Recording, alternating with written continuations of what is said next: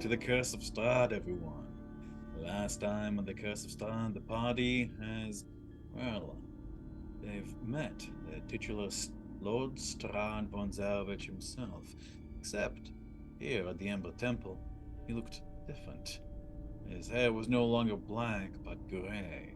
His face had wrinkles that were not there before. And overall, he seems as if he had an aged appearance, as well as wearing a suit of armor you haven't seen before.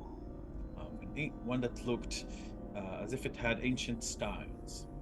Of it was very visibly old, but not like with dust and cobwebs, but with use.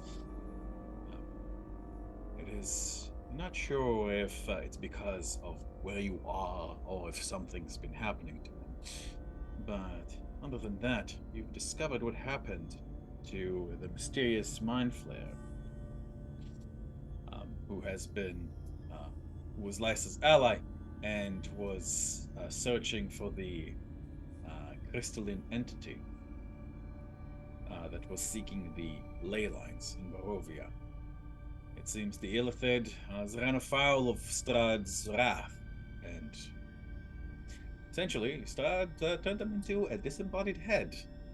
He was fairly helpless, and his vaunted Mind Flayer powers were mightily weakened.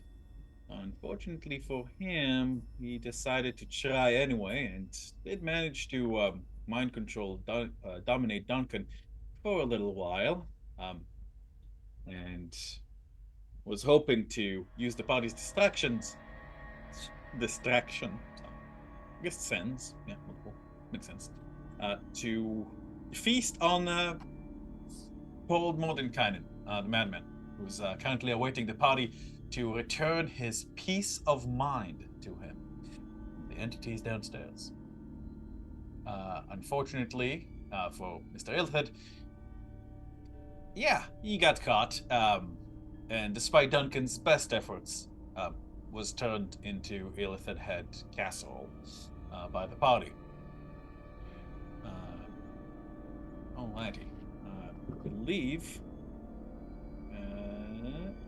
Fisk, I believe... Where are you? Ah, there you are. Yes, Fisk, you were able to come back, but it certainly seems as if the temple is slowly awakening to the party's presence. You heard voices and were attacked by this strange horde of eyeball spiders that seemed to be controlled by a crab-like skull one. It attempted to insert its legs under your skin, and you're not sure what would have happened next, but thankfully you were able to avoid that fate and the party is now reconvened with Mordenkainen, who walks over to the Illithid head and picks it up. He lifts this worm that he has in his hand and kind of puts it to it. You see the worm kind of like moving its little head, like as if it's using whatever worm sensors it has to examine the messy mush of Illithid brain matter that's dripping onto the floor. This isn't it at all! Throws it to the ground. It doesn't even look like me. I don't know why you tried. I don't know what it is. But no thank you, Lucille. I'll put the worm on his shoulder with a somewhat bridled air.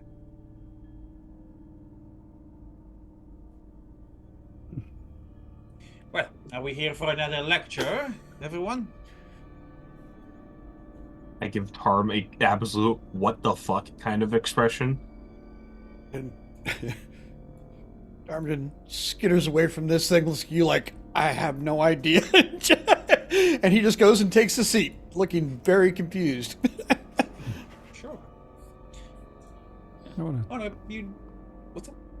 I just wanted to see if there's any sort of useful items from this Illithid head that could be harvested for possible. Sure. Give me an Arcana check. And also, by the way, if at any point my voice doesn't come as clear, let me know.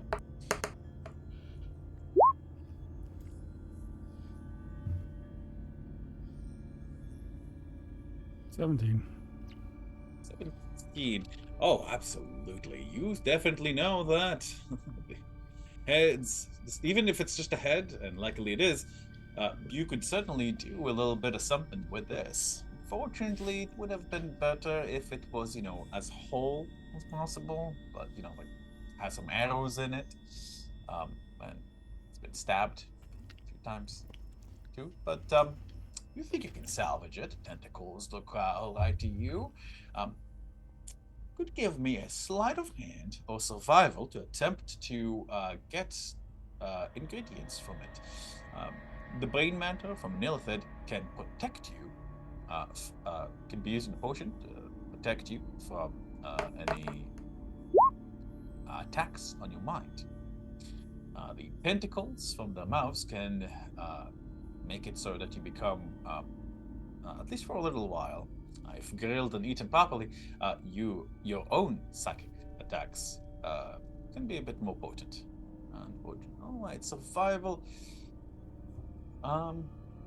Yeah, unfortunately, with the state the tentacles are, the brain in general is, you probably can only get just a little bit. You get a little bit of enough intact brain matter that you think you could use to maybe brew a potion for this. It probably wouldn't be that great, but it's you can certainly try. You probably make a potion of resist mental effects. Essentially, you'd have advantage on any and all mental effects for 1 minute. If you really do well with brewing it, probably 10. Okay. Right, so add 1 portion of Illithid brain matter to your inventory, please.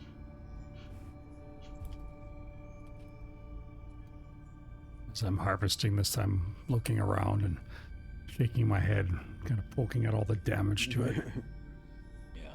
If it had any item on it in life, it's probably safe to assume that, if they were of interest, Strahd would have taken them for himself or for one of his followers.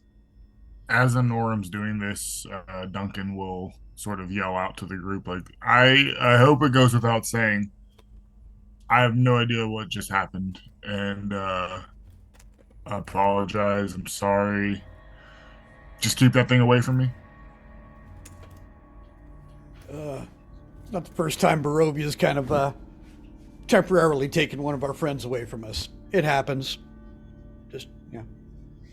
Well, he was speaking in my mind, telling me that he wanted to feed to stop the fiend. I don't know, guys. Is that even worth considering? I mean, he's pretty much. I don't know if he can do anything without a brain, but maybe. Do we do something about that, or do we just try to get out of here? Do we force our way out, or do we try to? I don't want to make this leap. Does would Tarmingen make a connection between this worm, the Mind Flayer's brain, and maybe eating the fiend's brain with the Mind Flayer worm? And I'm kind of going through this verbally. Maybe we can use that worm to attack the fiend. What do you think? Just to clarify, the worm wasn't the Illithid head. The worm came from Mordenkainen. Mordenkainen just put used to worm. Well, yeah, but we've seen worms in earthworm. people's heads before. No. This is a regular earthworm. Oh, this is a regular earthworm? Yes. Yeah, I think Mordenkainen it's just has it. buddy. Yeah, I think he's just crazy. I got Not nothing. sure, but you think he referred to it as his wife. All right, forget the worm, but the fiend guy is. Forget you, sir. That's my wife you're speaking about. Professor, and Duncan raises his hand. Professor, Yes, you in the back. are you aware that the building is collapsing and we need to get out of here as quickly as possible in order to save the work? We must save the knowledge and we must escape. Kind of looks around. The building isn't shaking or anything. Is it? Made deception check, thank you. Nice. Okay, hang on one sec. Do. Okay, now this is where the dice gods need to do me a favor. Thank you. The dice. You have a plus 13. What do you mean the dice gods? Without wasting a single moment, Mordenkainen dives underneath this pulpit with a scream. You basically get a -2. I forgot you were a bard. Stay down there, Professor. We'll take care of it. What? He casts a spell, and like you see, like this, like a wall of force, kind of like it looks like a small bit of wall of force, but that's kind of like piled in such a way, like on top of one on top of the other. So basically, like to protect him and his wife from anything that would fall on his head.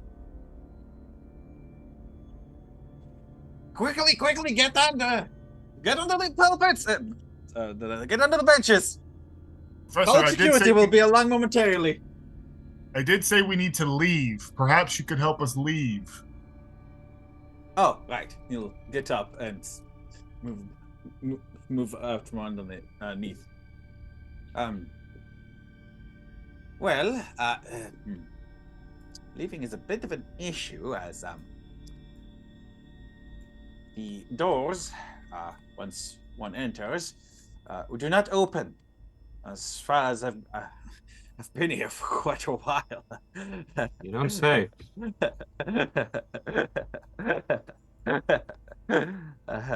Still doesn't take a step back. I think I knew of a way. It's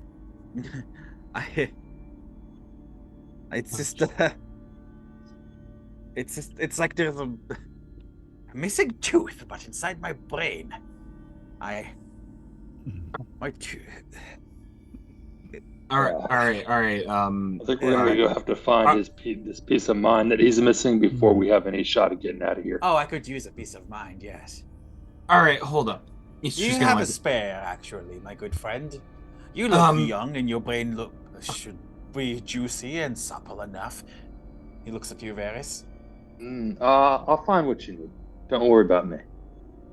Are you sure? I'm I positive. certainly wouldn't mind a little bit of. Let me see. What are you, an elf? Yes. All right, hold up. You can. She's gonna walk up to him and grab him by the shoulders and spin him to face her. Ah! Easy. All right. Look, I know a magic thing or two on your cheek. What? Marvelous. What a realistic golem. She's just, you can see through the hood, she's just completely done with it. All right, I'm gonna cast a spell on you. It's not gonna hurt you. Just let me do it, and you'll be fine. Okay? Oh, I'm sorry. I know you. I'm sure many men fall under your spell, but I'm happily married. I just cast it on it. Pats the woman. Ah! Just see if it does anything. 1 million creature you touch. I think I have one holy water left, and this is my Hail Mary. Sure, I'll say he's willing. The protection grants several benefits. In case there's something in the temple, actively suppressing him, or some other prior thing that went to go mad. Alright, the spell goes off, and he's...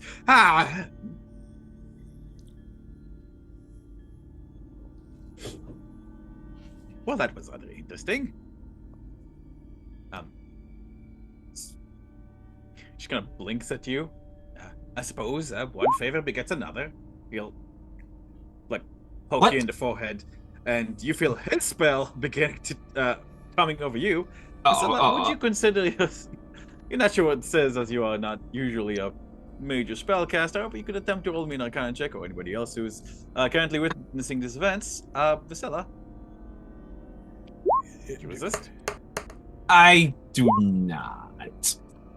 She's just gonna you can see her brace in a way,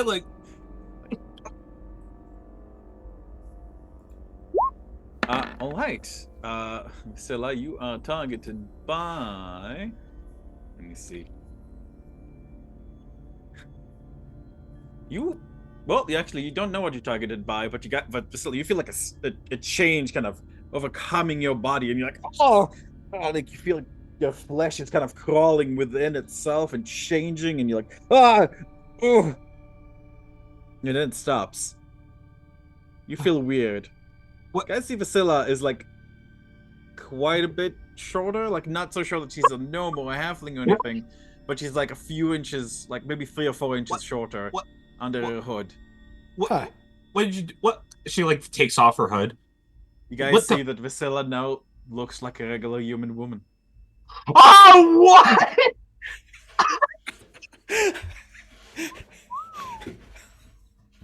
He'll pat his wife. That was Ludmila's idea. What? She's like, You're welcome. You're now a real boy. What? What? He smiles at you. Is she a boy? Says warmly. Wait, she like fucking looks at her. Daniel, I yes. at that comment, Vasilla checks her makers to see if she's a real boy. You are thankfully not a real boy in that way. But yeah, that area, like you're much less green, even there. What the? She's As like a looking at refresher, what was Vasilla looking like beforehand? Let me flip the token. Actually, this would be easier. I thought, were you like half orc looking, or was it just like a monster? More big blue shark lady.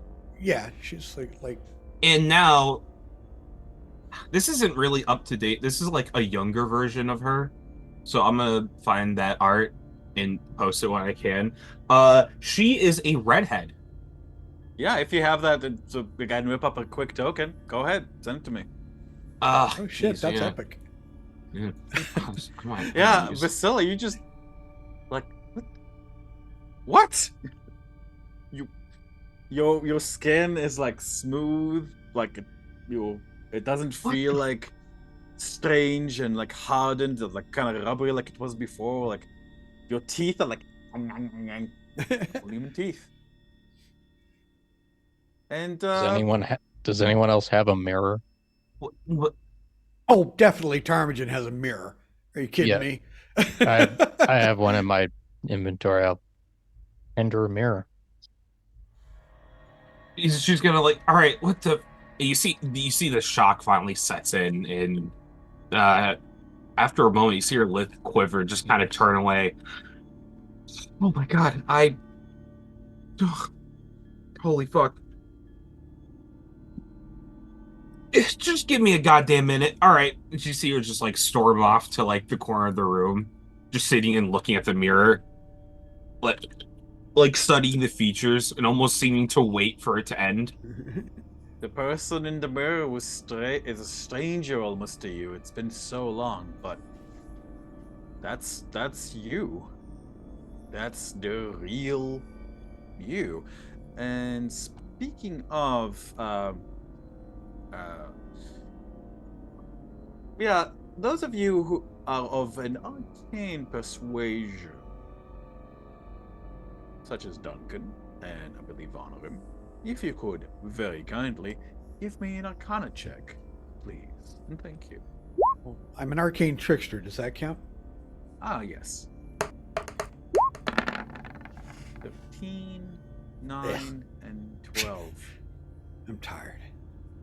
Yeah. That was pretty weird. You guys know from what Vasilla told you that the reason she looks like this is partially because of a very powerful magical mishap that straight up involves Feywild magic and the one of the other seeds, one of those other heart artifacts, like the wizard's hearts, the Arc Wizard's heart, the Arc Sage's heart, the Arc Scholar's heart, and Vasilla's Arc Druid heart. And Morton kind of just broke it. Or at least it looks like he did. Vasilla, if you'd like, you could roll me an investigation check to see if this is an illusion and break it. Investigation. Yeah, I was gonna ask, like, In the meantime, I'll use this token to represent you, if that's all right. let me see. Token? Oh, yeah, sure, that works. All right. Investigate good times. Come on.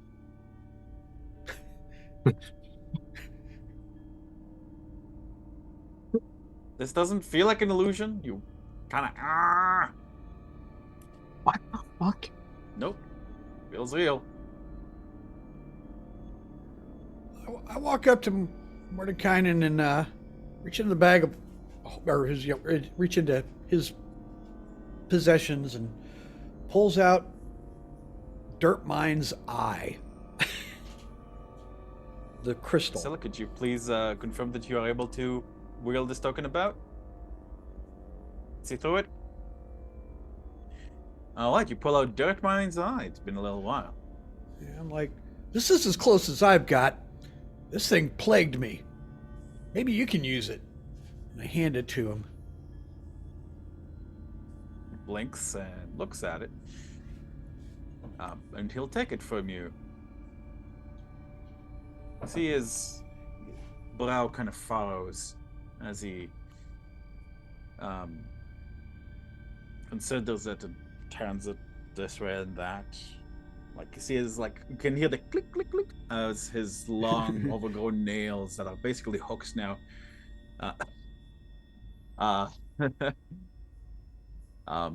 blink on the surface. And what is this, my good man, exactly? Yeah. What am I supposed to do with this? Yeah. It shared my mind for a while.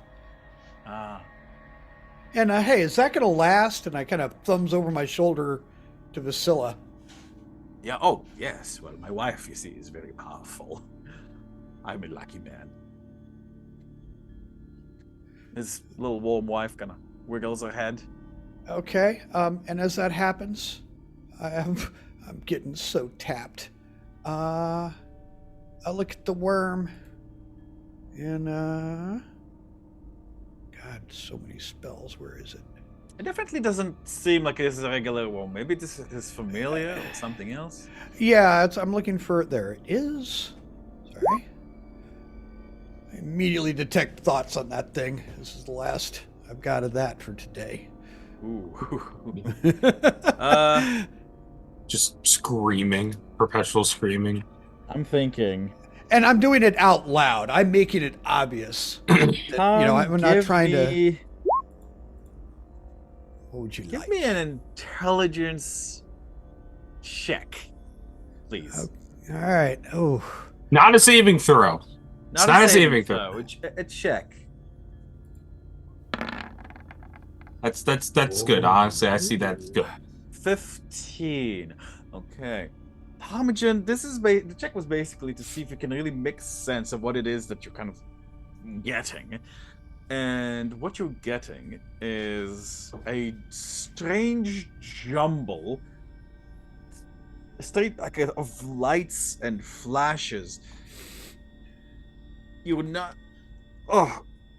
This is you don't know if this is the worm's mind or Mordenkind's mind or whatever this is, but this is definitely not the regular worm's mind. And there's this strange. It's like this thing isn't supposed to have a mind, but it does, and it's not. It isn't even. You feel like you've touched a hot wire, a live wire, essentially, and you're like, fuck. You see like a very intense kind of bluish light, and you see as if without eyes, hanging in the air, with three others, like entities like yourself, being born, and then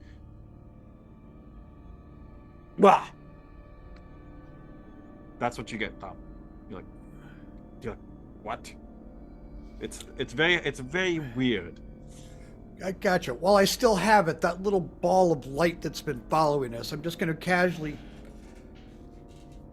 see if I pick anything up from it, or if it's just like a construct. No, not really. Yeah. All right. Like, well, this mind is chaos. I can't make heads or tails of it, and Tarmjan looks a little bit shaken, and you see him's like, "We gotta sleep."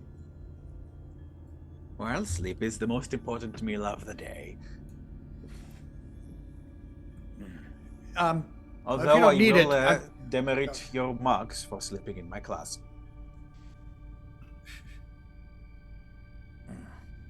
He'll turn and start like writing in shock again over like the. As if like he was suddenly struck with some idea. And if he didn't put that eye away, I'm just gonna take it back. No, he kind of forgot it's there. He's just kind of Yeah, like just gotta holding put it it back. in one hand. I'm like, here, I'll take this back, and just kind of obvious, like he doesn't need it. It doesn't seem to be affecting him at the moment. Based on what he was saying, it definitely seems that like there's like these flashes of something approaching sanity. Maybe this is how he's coping, but like by reverting to this teacher kind of mindset. But there's definitely a lot more going on here than meets the eye, and he definitely knows a lot more than he's capable of telling you or explaining to you coherently at the moment.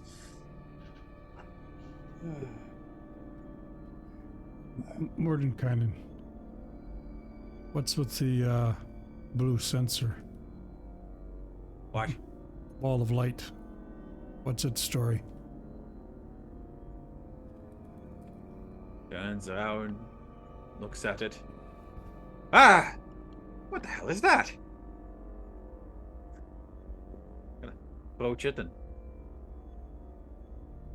poke at it. I'm not certain. Was it always here? Oh, it was always here. I think, yes. It's...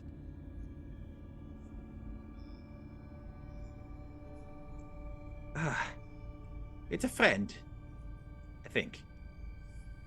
To think with. Yes. Friend to think with. Does it tell you what to do?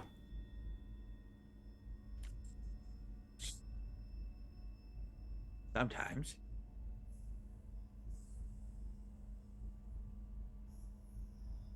Mostly it watches. I don't know what...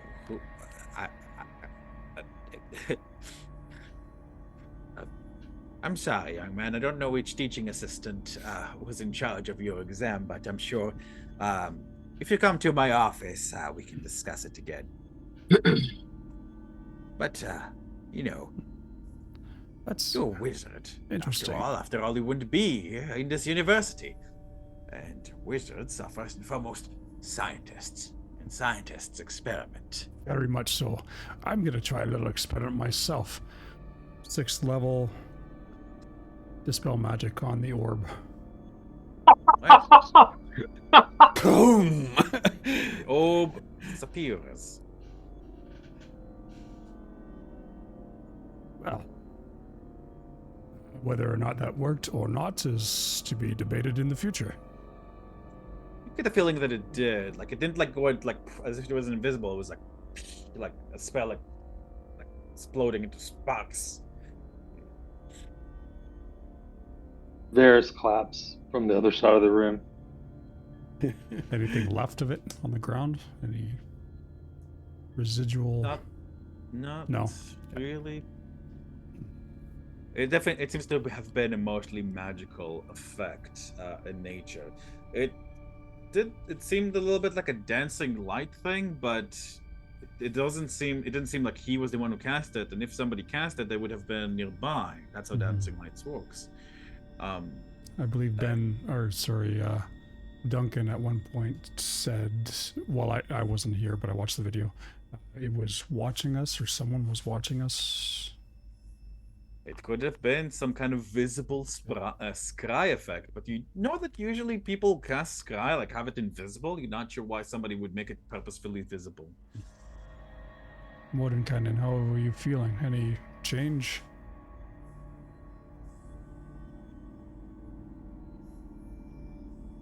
Yes, I see.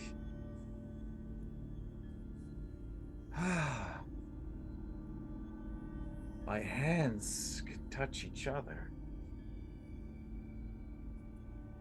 Sorry, what were you saying?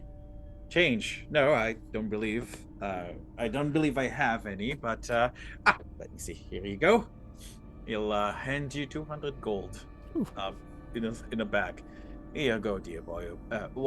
Go buy yourself some new robes. It's a little bit. It's unbecoming of someone of the university to walk around in rags like those. He is much more raggedy looking than you are, but like your robes, like not exactly like top fit the way they are now, but his are like torn and filthy. You can barely tell what color they were originally. And you can kind of see like his little shrunken chest underneath them. And he's like, "Yeah, here you go. Buy yourself something nice." I'll place it in my inventory as a bag of gold from him, not adding it to my gold total. Mm-hmm. I am. He'll kind of pat your head. There we go. Fatigued now. Kindness makes the world turn around. Or turns the world around. Anyways, I'm... God, it's like a broken tooth in my gum. Why did I agree? Why? By the way, I posted the best equivalent I have right now in the art channel. The current token will do fine until I have my own art, so that works. You got it. I attempted to pickpocket. I don't know if that worked or not. On who? Mordenkainen.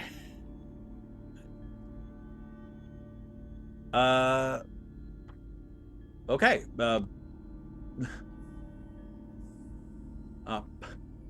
You succeed. You get the feeling that what the hell? It's the pants gnomes. But he does nothing to actually dispel your mage hand or anything. He just. What do you do? What do you like? I'm kind of seeing what you can fish out of there. Yeah, I'm just rooting. I'm like, all right, see what this guy's got. Just ridiculously kind of. Okay. Let me see. Give me a second. I'm going to roll a couple things here. This could kind of who knows what a you crazy realize person is maybe he's suited in there, or maybe this is some kind of magical robe or something, but it's fucking endless. It's full of pockets, right? it's full of things. It's almost like his pocket is which makes sense. How would he carrying 200 coins like that?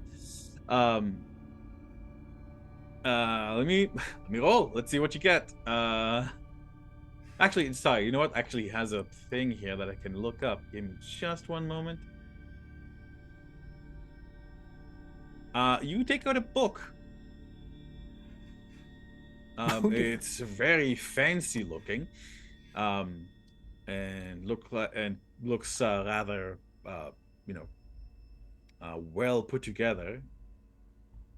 In fact, it's a very fancy book, like the kind you'd find in the wizard's library, perhaps.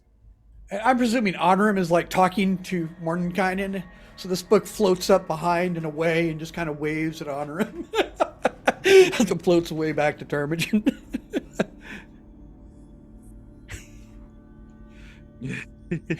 I'm gonna stop there. I'm not gonna push it beyond that. No. You see the worm kind of turn to look at you and just shakes its little warm head disapprovingly, but what? He's like, "What's that?" Yes, I love you too, dear.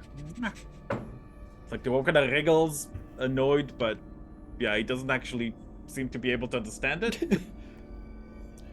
Well, is it time to rest? Rest up. Yeah, DM, for 10 minutes I've been casting Find Greater Steed. If I could get Aurora to pop in at some point. Sure. I already spent the spell slot for it, so hopefully nobody would interrupt me. So Spell, counter spell. No, I'm kidding. no, Warden kind of just like no reason. What's Priscilla, punch him. alrighty. Where is? That's the best counter spell there is, right? You just punch Where's somebody your and they little break guy? Yeah. concentration. Mage Slayer, especially. I was sure we set up a thing for you.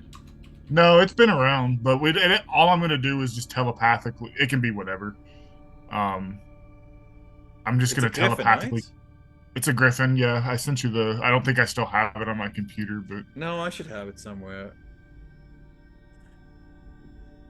Weird. I could have sworn I set up a sheet for it, but I might be misremembering.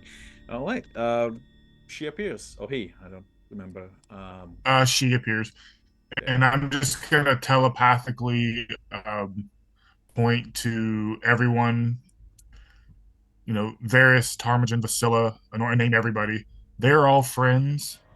Let them be. I point the madman. Don't kill him, but if he tries to do anything or touch anybody or escape, sit on him. And then I point to the door. Anything comes through He's there, whispering. wake us up. As you speak, I can speak telepathically to it within a mile. I got you. So. He's speaking to his worm at the same time, and Fisk and Unrim, you guys are particularly sharp-eared. He's saying the exact same words to his little worm wife. I know, Duncan, you're speaking telepathically. He's somehow still saying that. Well, I probably wouldn't hear that since I'm talking, but I wouldn't. just think it's You wouldn't, worth but, noting. like, you kind of like looking at your Griffin, you kind of like catch his eye, and you see that he's like staring at you like fucking bug-eyed and crazy looking. As he's And then listening to I'll his look. worm, I'll like, just stare at the madman and say, "You can eat the worm." kinda like, goes like this. And so Alright. above the table, DM is going to have Aurora stand guard while we take a rest here, a long rest I here. got you. Yeah. Stands at the foot I of the can't move it, but I want her to sit by the door, but I don't have control over her. Fixed momentarily. There we go. She'll sit by the door. Which Mordenkainen actually see him point to it, and like the intricate mechanisms of the door like close once again. Well, I believe it is now time for sleep. Class dismissed. And the guys here like at the end of a school day. You all freeze like. Did anything hear that? As it echoes throughout the room, but he just pretends. Just like now he starts like kind of like kicks off his black robe, that like the tattered black robe that he had on top of his regular robe, and just kind of like moves over here. Kind of nudges you with his foot. Varys, go away. Standing on my bed.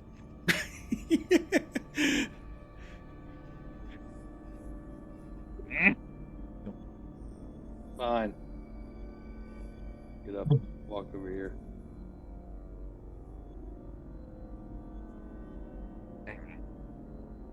Just gonna cover himself. Damn, am I even a barbarian anymore? Shit. He's going to just, and you see him like he's only closed his eyes when he sleeps. You see him like he just kind of goes like,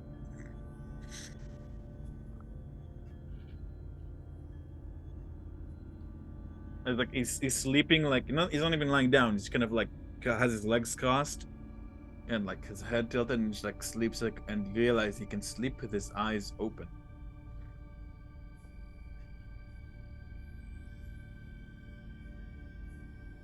This is gonna take Creepy. first watch, but he's gonna go and curl up underneath the desk.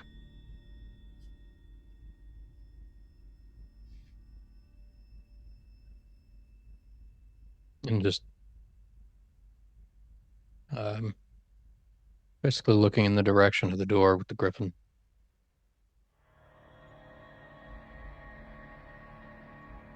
Basically, you are certain that you can hear whispers coming through that door, through the very walls, through the floor.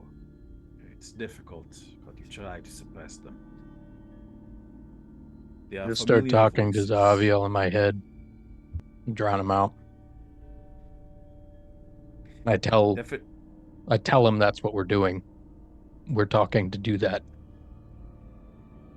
It definitely feels like while in the Amber Temples, Javier sounds a lot weaker, like than usual. Like usually his voice is like you, here, who, kind of, like very bombastic. But now his voice is like lethargic, as if he's being suppressed by the evil of the temple.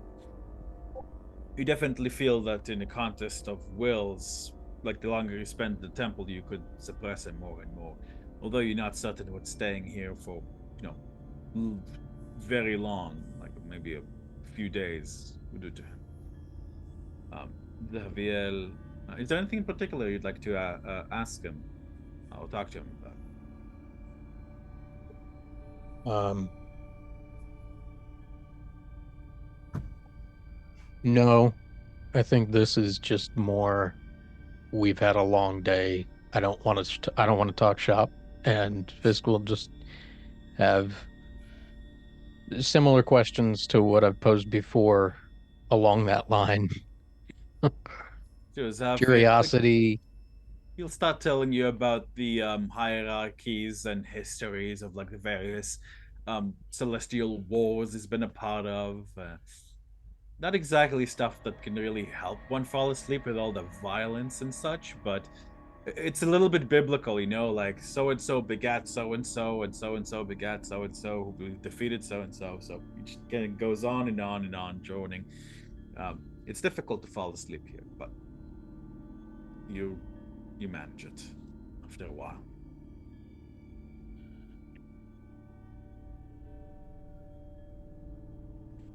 Righty, as we kind of enter evening and the long rest phase, is there anything anybody wants to do before we begin our long rest? Kind of just having an internal crisis at the moment. Just don't mind me. Yeah, Vasilla is kind of like laser focused on like.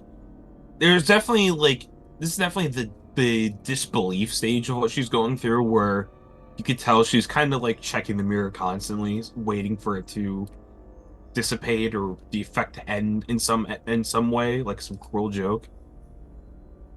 No, it's staying.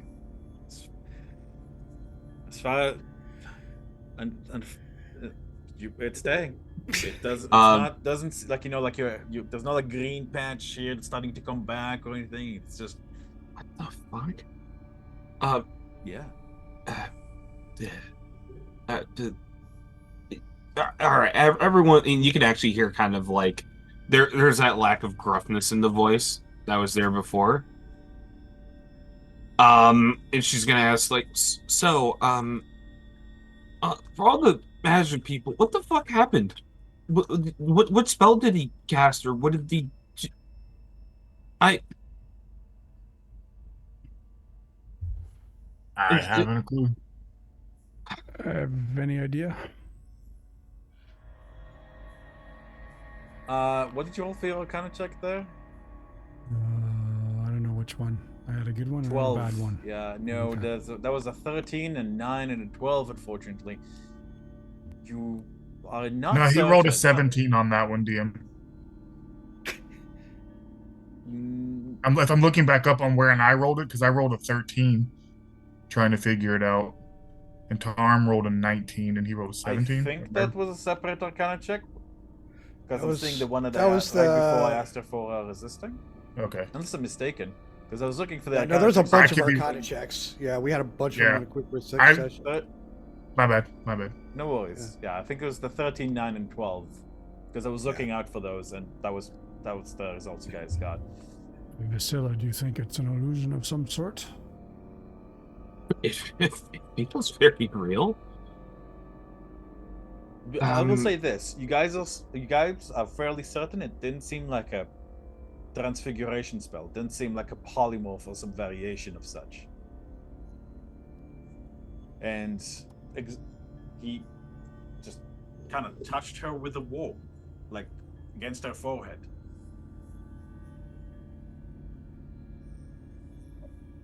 With the worm.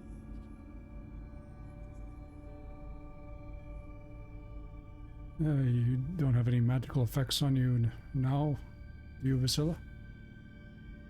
No, I tried casting a protection from good and evil on him, and I don't think it worked. And then he did that, and I mean, like you know the whole story with the Archdruid heart, and what I was told is it was essentially irreversible. It was like rubble had collapsed. You try to take it apart, the whole thing will fail, but it's just gone. You want me to see if it's some sort of magical spell covering you? I can see if I can dispel it. Or do you like what you are? Do you like being you again? I just don't want this to be some sort of. I don't like the idea of being played for a fool. So, honestly, I'd rather know if this is real or not. Alright, I reach out my hand, I touch Vasilla's forehead, 5th level, dispel magic. Cast spell. So you can feel whatever magic items you're attuned to kind of like shudder and stop walking for a moment. Actually, no, I think you target a specific effect. Yeah. Honor him if this is no. If it is, it's very powerful. What you're saying? Yeah, exactly. If it is an effect, that isn't like that. It's very powerful. Well, this is a new form of a fucking nightmare. I'm gonna wake up tomorrow and I'm gonna be normal, and we haven't even entered the Emperor Temple. We gotta do all this shit over again. That's gonna be the real fucking nightmare. Yeah. Yeah. Let's presume I'll be back. I'm gonna go sleep. Time to rest.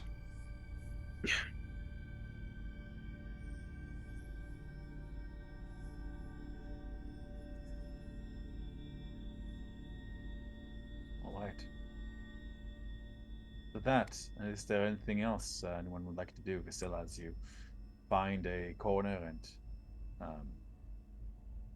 eventually manage to fall into something approaching sleep as best you can.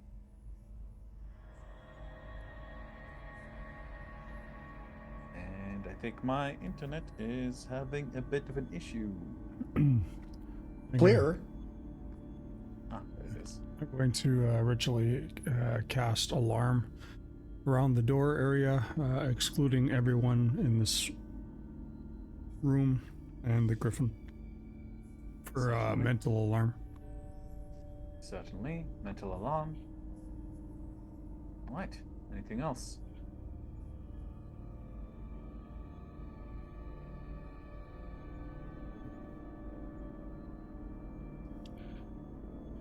Anything else, anybody? I'm already asleep. I'm good. All right. Remember, if you're asleep, put the little sleeping thing on you guys, on yourself. Okay. And That's unabashedly probably just cuddled up to the doll. Yeah, you feel like you're going to need it. You really feel it. Okay. Duncan? Yeah, all right. Varys, you asleep? Yeah, versus sleep. All right. I believe it is at this juncture that we will take our one of our breaks. Mav, do you need to walk your dog? It's too early. Everybody else is here. Duncan? Yep. Okay.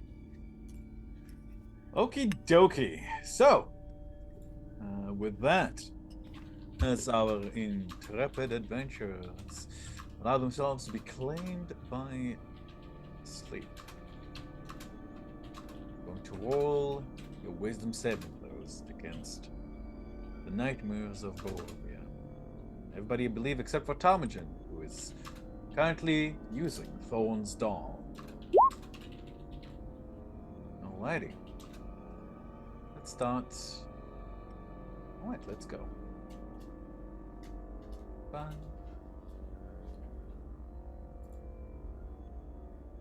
And I will warn you guys, being we guys these are gonna be difficult saves. Are you doing it publicly or privately? Privately, as always. Well, I sent it publicly, so there you go. I did too.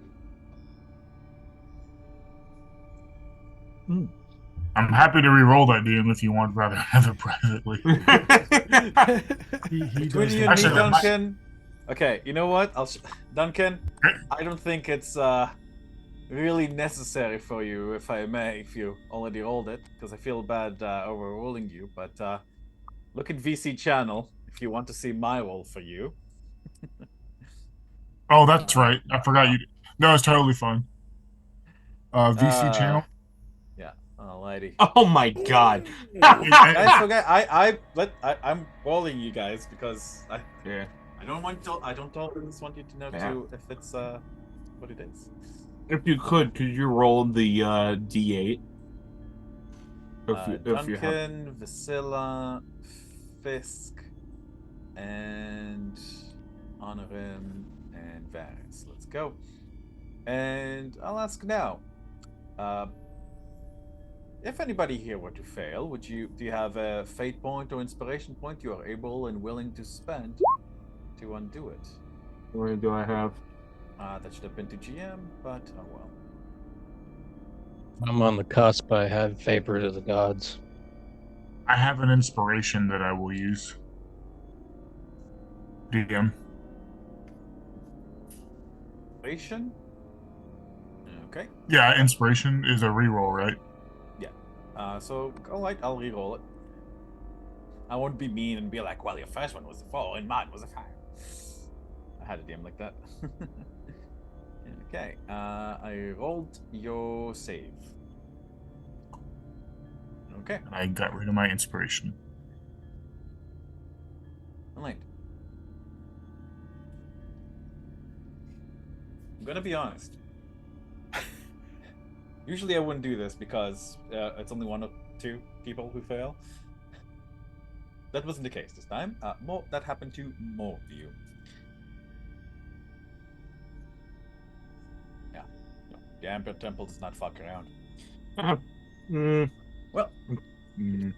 Oh well. Alrighty. I'll save my fate points.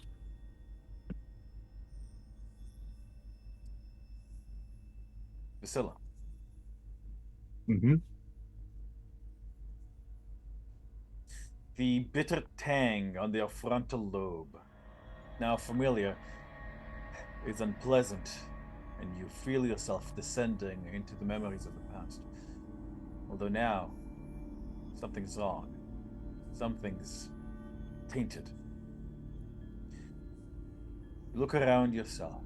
You are in the familiar forests of your home. Except there's fetid water has overcome everywhere. Greenish black and smelling of sulfur. The darkness hides the identity of the darkened lumps, and as you approach one, then the other, you realize you recognize the bodies in the water. They are the various Jesus Christ. They are the various druids and other people who lived in your grove that you shared with your father. A massive beast towers above them. Its small, angry eyes, all too familiar to you.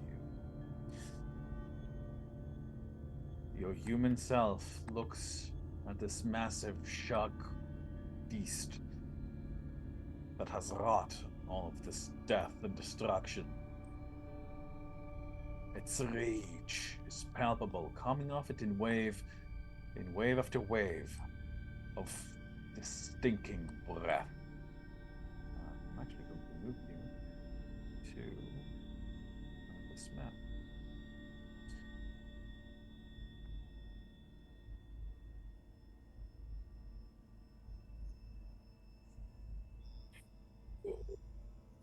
You hear the halting voice, your own voice.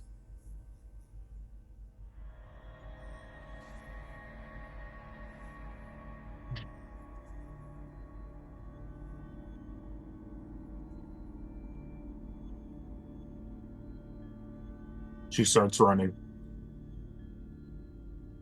Feel your heartbeat. If you're saying something, we can't hear you. Oh, I said you start running. Mm-hmm. You can hear it. Whoa, come on, please, please. You can smell the blood, and you can feel the hot flecks of spit on the back of your neck from the force of its roars. You hear as the sound changes from pads and feet to hard clacks. You look behind you, realizing the creature has grown hard hooves of bone and teeth. It takes a massive leap, opens a mouth that's covered with entirely too many teeth, and reaching hands, you reach out, you see to a green floating light, almost looking like an egg of some sort. And you disappear as you get snatched into the darkness. Scylla, you can, now when you turn as you can feel your bones crushed and crunched into pieces. This is the most, like, almost every instance of pain your barbarian rage has allowed you to ignore is being experienced by you at the same time, frying your nervous system into terrible agony, your human form unable to cope with this. Vasilla, you gain a level of exhaustion as you experience a particularly horrible nightmare. Level of exhaustion. Was the superiority dice added to the roll and they still like flubbed? Afraid that in this particular instance people didn't do so well. I'm guessing I rolled like a 2 on the superiority dice. It's, let me see, it was 6. It's the D20 just wasn't very high. Okay. I'm like, okay. Oh, So, well. All right.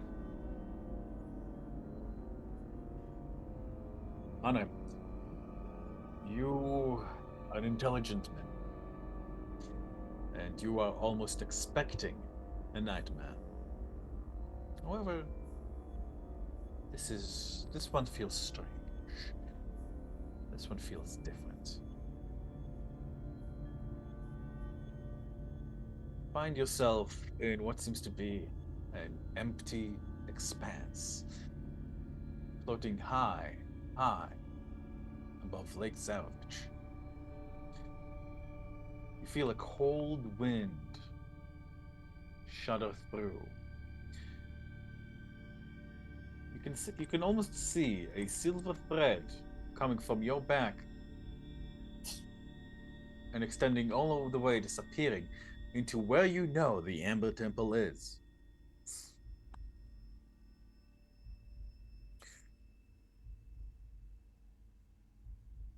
So, Honor, you hear a voice, the one you heard once before.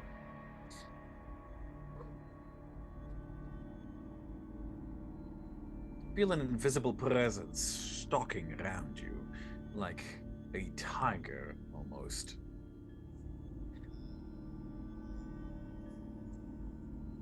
Already lost one of your own. We've been treating him just lovely over here. Quite tasty fire, I must say. Oh, don't worry, your friend is just fine. I'm sure you'll run into each other soon.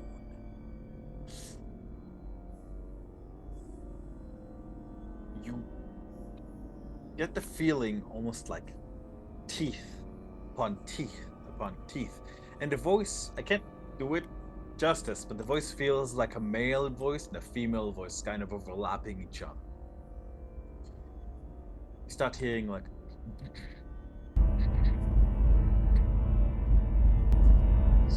heartbeat. Suddenly honor him. Whatever it is, you realize you weren't floating in the air, you're being held up in the air. You see this gigantic androgynous entity holding you in the palm of a massive hand.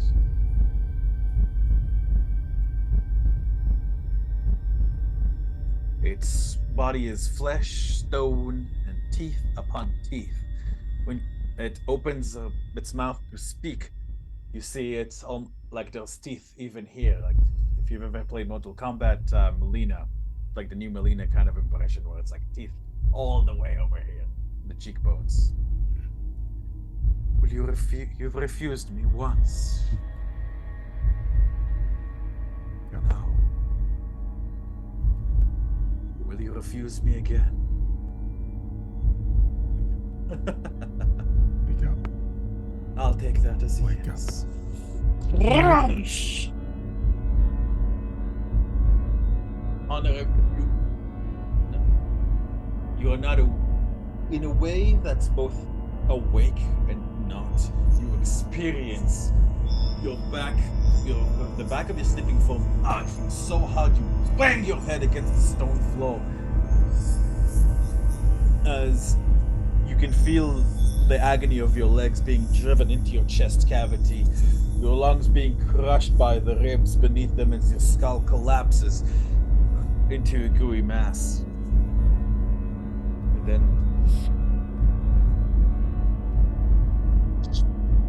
you realize with horror, this is your spiritual form.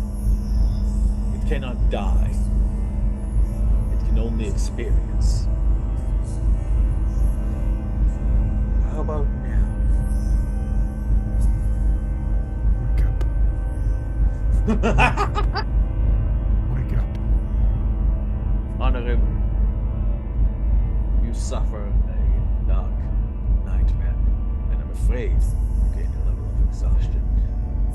Mercifully, the rest of it is you fade into darkness. But this was a very trying experience for your psyche.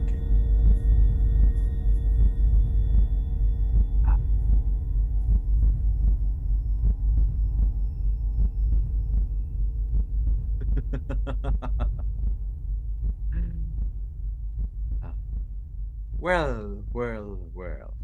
Duncan, you open your eyes and you realize you are not in agony or in pain and for a moment you're almost expecting it. But no. You find yourself floating in a pleasant haze.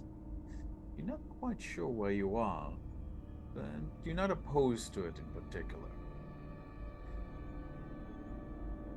Well. You hear a voice in your ear. You recognize the voice of Xandras, Duncan. The Kingmaker. The one who tried to persuade you earlier. So, I hope that we would get this chance to speak privately. I know that earlier your companions, well, they were all with us in the room, but that's not the case at the moment, at least not in here, not in your mind. Nosy, aren't they? They're little people.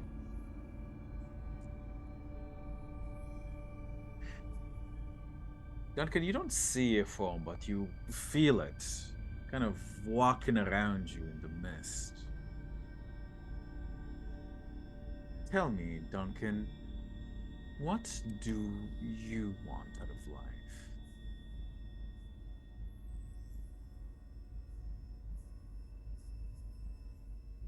My hope is to guide those willing to learn to achieve their potential. Ah, how very teacher-like you are. And that's not a bad thing, I hope you don't mind me saying. I think that's actually rather admirable. In fact, why don't we make ourselves a little bit more comfortable? Let me see.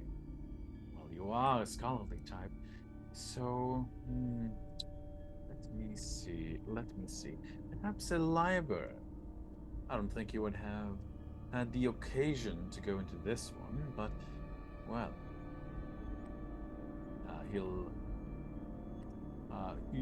the voice kind of changes and fluctuates, and suddenly you find yourself in in a very comfortable-looking library, like you're sitting at a table. In fact, you recognize this library. It's the library from your. It looks very much like the library from your old college, and you are sitting behind a chair. No, one of your most comfortable chair. Like there's a cup of tea next to you,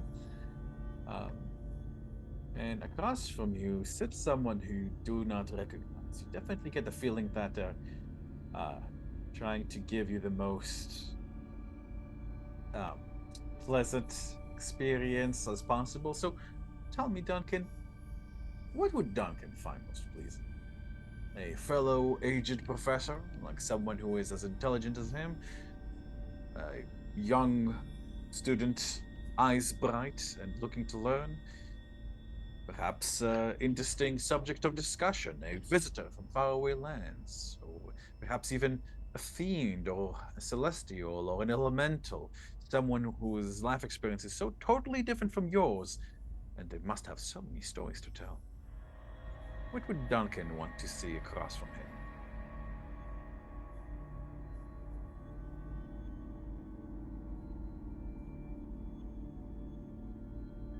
Sorry, Duncan, you are muted. If you are speaking, I cannot hear you. And I was spitting Shakespeare too. No, I'm just kidding. I feel like Duncan in a library, the appeal of a library is it's an accumulation of knowledge across generations. So probably some type of an ancient knowledge or something old from like, studying artifacts and history and religions and ancient heroes and ancient wizards throughout history. So a professor of some kind? So a fellow professor of some kind? Perhaps, yeah, or just somebody who would be like a repository of knowledge, yeah. An older professor. Right. Let's see. Now. Perhaps like an elf that's like 1,000 years old or something like that. Oh, well, perhaps. As you watch as a tall woman with somewhat greenish skin and horns protruding from her head emerges. You realize this is the humanoid form of a green dragon, and by the looks of her, rather particularly, powerful one at that, judging by the fact of how she's not afraid of showing off the fact that she's a green dragon. You heard of this one in particular. She's called Yorkim, and was once known as the Choker of Skies from a faraway continent known as Maklamur. A historical figure who must have so much to tell. Well, she says, in now a different voice. Knowledge is what you see, as well as the means to expound it. Students. But let me tell you something, Duncan. This is never going to happen. Not if you die. Suddenly, you realize that not if you die in this god-forsaken lands with people you don't really know, with a bubbling legendary madman who could at any moment probably just fireball you and all the rest of you all. So, I don't think at the moment you have what it takes to survive. You've already made one excursion downstairs and failed. In fact, one of your own is currently entertaining us. And what an entertainment he's making. It doesn't seem like he either really has what it takes to understand what it's to survive. But you know what, Duncan? I think you do. The others have been here too long. They're too tainted by foolish attitudes of, oh, good and evil, as if everything can be just categorized into those different things. But here it is, Duncan. You know what I am extremely powerful. And I don't want to stay here. We both want the same thing. We want to get out of Barovia eventually. So how about we help each other? I can make you so much more powerful than you already are. At the moment, yes, you know a fair bit of magic, or bard. But let's be honest. If you went up against somebody like Strahd, well, you'd simply crumble away. After all, he is already carrying some of my power. I am the Kingmaker, after all. Through his lord, he carries a bit of all of our powers. Yes, I do give you this information freely. How about we even the playing fields a bit? Don't you want a powerful friend to watch out for you? Your friend Fisk has one already. And I can give you what you want.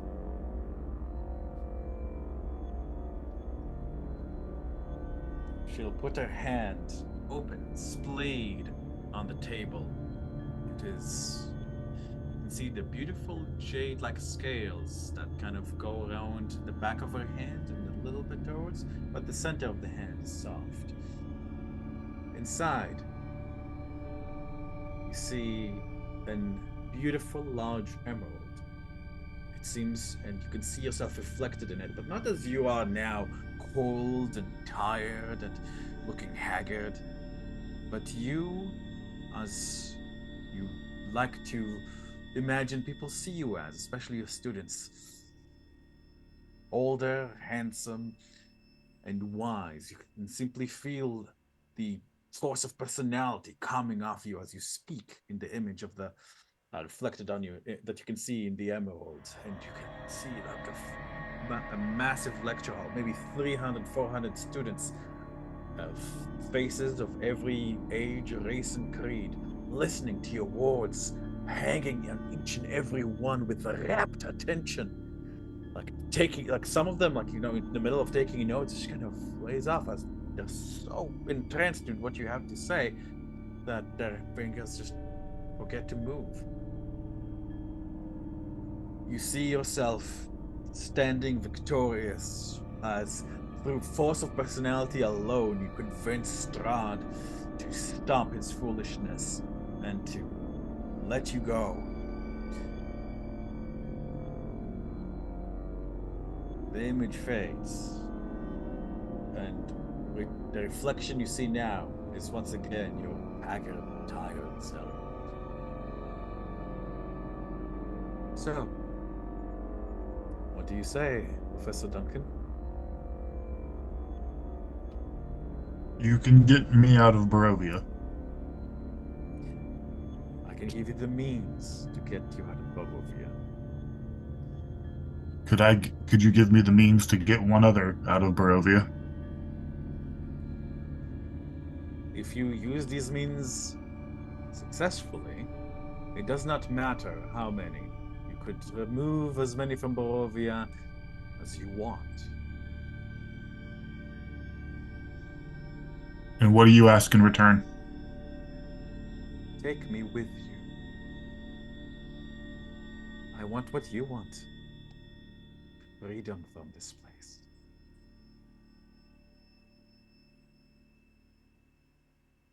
Duncan's gonna pause for a moment, look into the crystal, think about the name he heard Tomas echoing around in his head from when he heard it referenced to Fisk, remembering him from when he was a student, thinking about how terrified he was to see Strahd and how powerful Strahd is, and how foolish he thinks it is to try to fight him head on, and he's going to reach out and grab the crystal.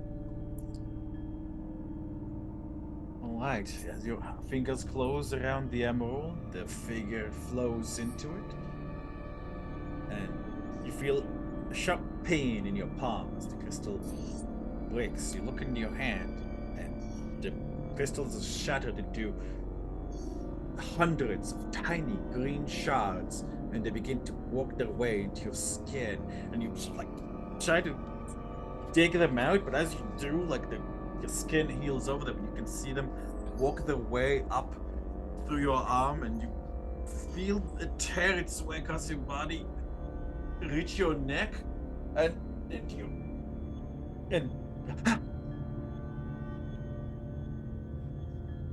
kind of start for a moment in the darkness, in the dim light of the lecture hall.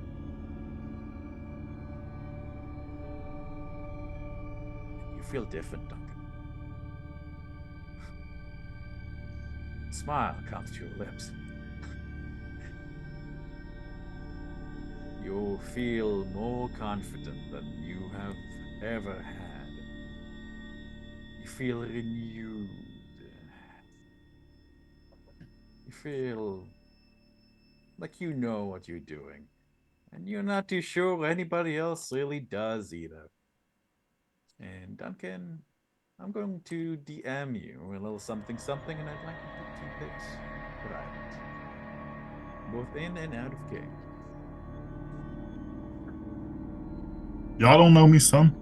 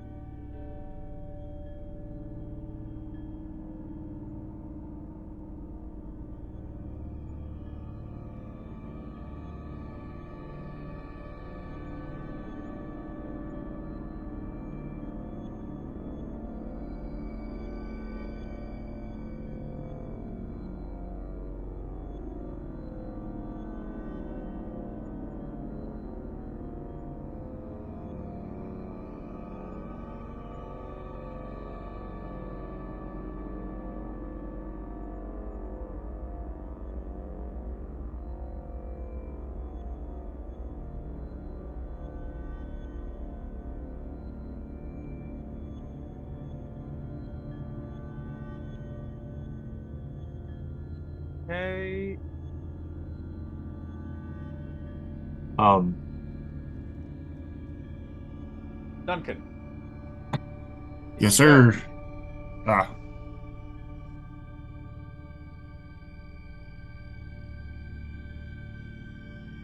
sweet. I'll read more of that. Um, oh, did I the goof? Did I put you guys in the towel card for that entire scene? we're in Tarot the main area. cards. Oh, there we go. Okay, I done goofed. Guys were supposed to be ah, seeing this theater, character. theater of the mind. That's Yeah, that green? was mine. Man, I'm colorblind as shit. Yeah, Matt. Matt, you probably recognize that token, but keep quiet about that. I didn't see you think. Okay. I like that last sentence, DM. That's fun. Yeah. All right. Let me see. Who else? Okay. And what was her name again? I wrote down everything else except that. Is it the first It's in the name? DM. It's in the DM. Yeah. Okay. Alrighty. This.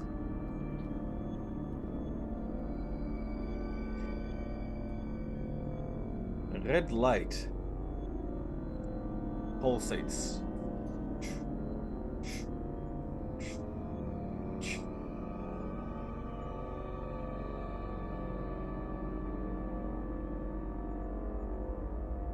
You open one eye, then the other. You can see.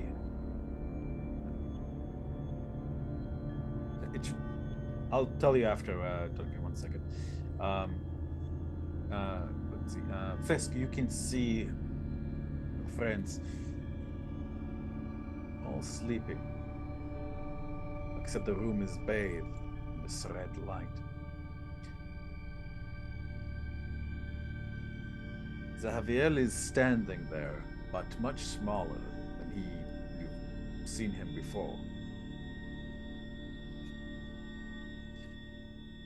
You can hear he speaks to you. Fisk, you are experiencing a nightmare. It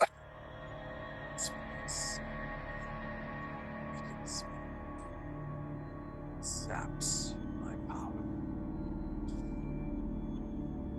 By its nature, it befouls celestial entities. I can feel the tendrils trying to walk their way into us.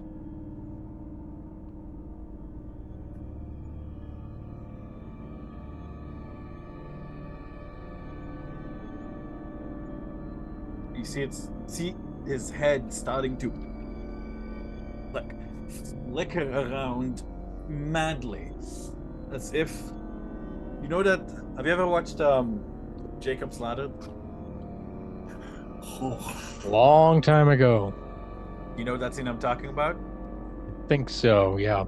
I made myself dizzy, so good. Ugh, I'm nauseous. But the same, like, yeah, Fisk, this is something that you've never seen or happened before. You get the feeling in the back of your mind, like, you know, when in real life, like when you know something is a nightmare, but like you can't wake up and it's still fucking scary as hell. Yep. Like you hear a loud as suddenly his head stops and turns to you forcefully. There is a awful fiendish resistance. Not like the one below.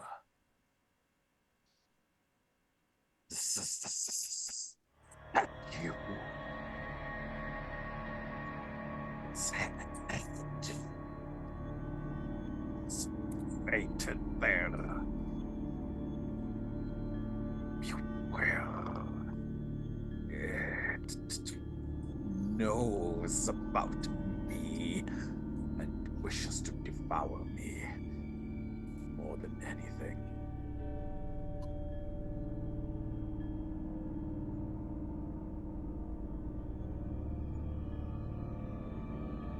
Stay with us. Be safe with us. We are not equal to its power. Not in this form, and not suppressed like this.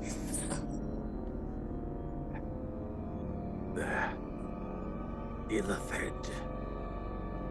Use the Illithid.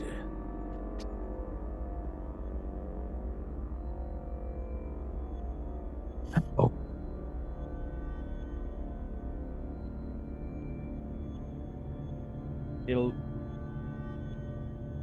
You feel, you see Zahaviel, like you hear the echo, like, and as the gold, as kind of a golden essence, like a couple of his halos break as he instills you with a small golden light in your hand. It burns. And Fisk, you feel sickened by what you've just seen. But you know that you have the power to revive the Illithid. Well, so Fisk, you suffer a level of exhaustion. However, Zaviel just sacrificed quite a bit of his power to give you a single resurrection. You could use it on the Illithid, as he suggested, or you can use it as you see fit. I asked him how to use the Illithid.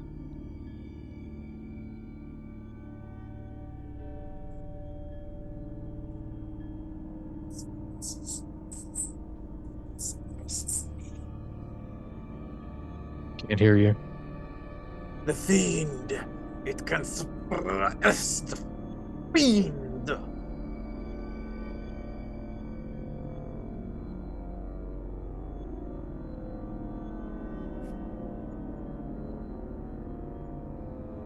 Zaviel, you see as the golden light kind of fades, you see like Zaviel's form and kind of like you can see, like, instead of like all the halos he had previously, he now has just like, not sure if this is part of a nightmare or something that's actually happening to him, if it's permanent or not. But you definitely know that this ain't good. Like, all those sharp edges he had are smoothed out, as if his power to resist is being sucked. And anyway.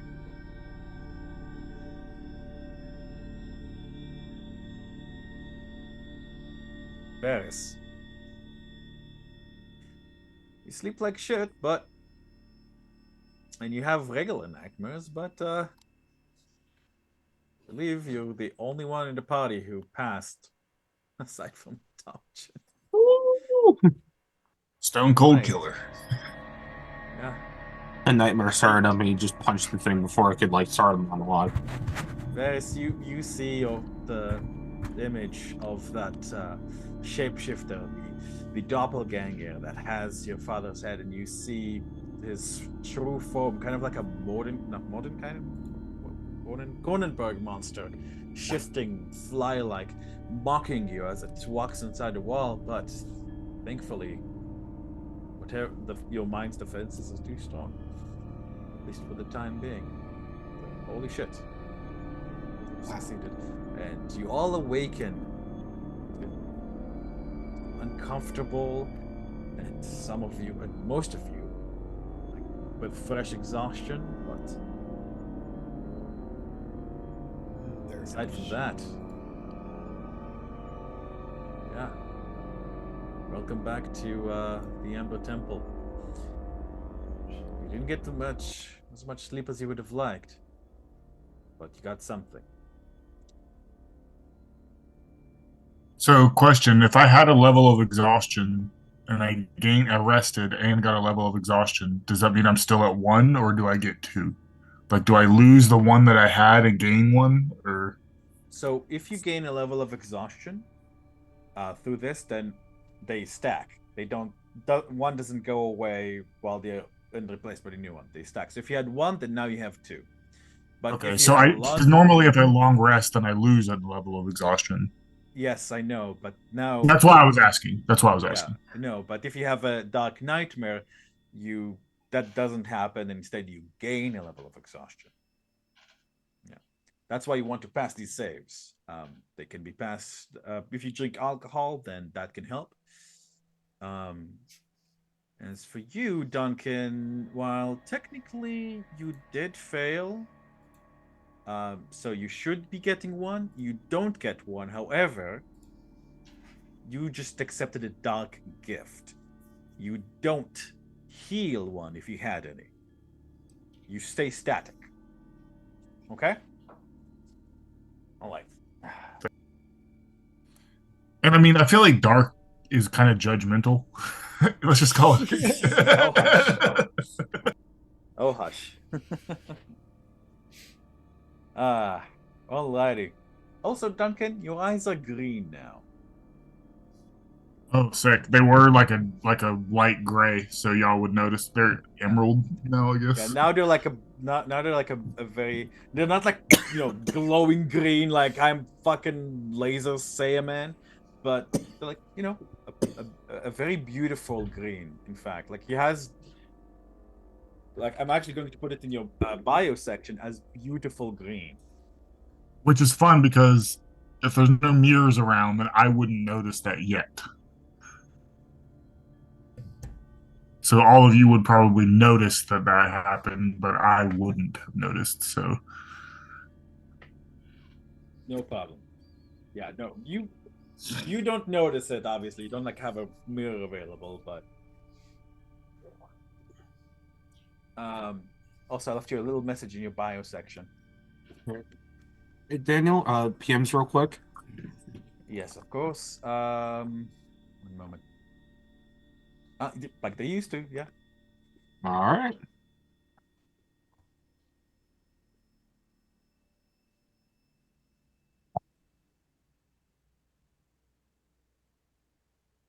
Bell swap thing. That. I'll try. Getting a bunch of messages. I'll try to answer these as best as possible.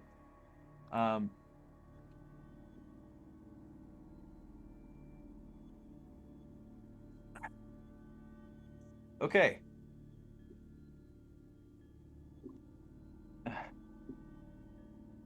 Oh, that's what you're asking.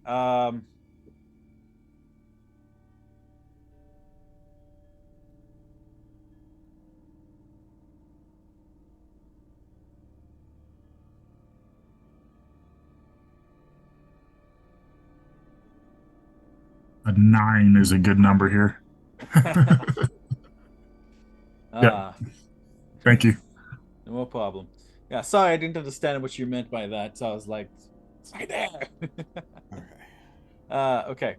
Okay. Also, if you can see those things, the little message left you in your bio section. Just thank you. Yes. Thank you, sir. Okay. All right. All of you awaken.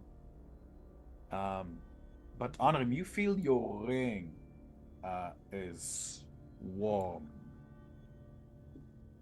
and kind of like it feels like you feel it like it's not. I don't want to say vibrating because that feels like it's a phone, but it's vibrating a little bit. One new message. Excuse me, it's time to speak with someone. One new sending. Right. You feel your the memory spirit of your mentor is active in the ring if you wish to speak to him. Of course. I've been meaning to. Right. You find yourself as you allow yourself to attune to think of the ring, to focus on it. You find yourself in your mentor's kind of this little mental how you say thinking room. There's like with the pillows. There's a little bit. There's a hookah there that he's smoke like he's as he nods to you as you appear in his office. Young Honorin, it is good to see you once again. How are you, my student? Oh, do I have a story to tell? can imagine. I've been feeling your mind writhe the last little while. The way time moves here is difficult for me to really perceive. Really does not much of a me to perceive. Then again, please tell me. Perhaps I can help. Well, we find ourselves inside the Amber Temple, speaking with someone formerly known as Mordenkainen, who seems to have lost a piece of his mind after a lost battle with Strahd. Mordenkainen is here. Amazing. Kind of. As I thought. The old goat did it. Tell me, does he seem particularly young? Has he displayed any immortal-like qualities? No, just quite the opposite. Any strange spells or rituals that he shouldn't have access to, perhaps? It would be hard for me to even judge a wizard of that caliber. That being said, his mind is no longer his own. He babbles and is confused. They've done something to him.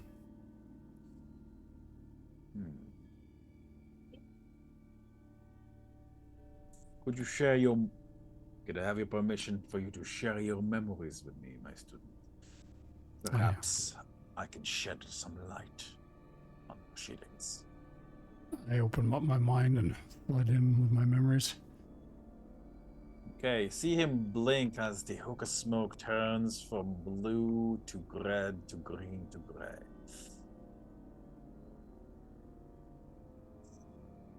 Melchior thinks...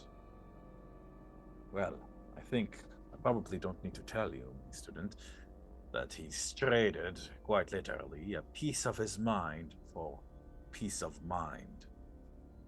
He thought he'd be safe here, at least for a little while, if he probably traded some secrets or knowledge, but it seems that he wasn't sufficiently careful in how he worded it. Quite literally lost enough that it drove him mad. Or perhaps madder. I'm not sure what state he was when he arrived here. Still, you are at the right place, my student. You are exactly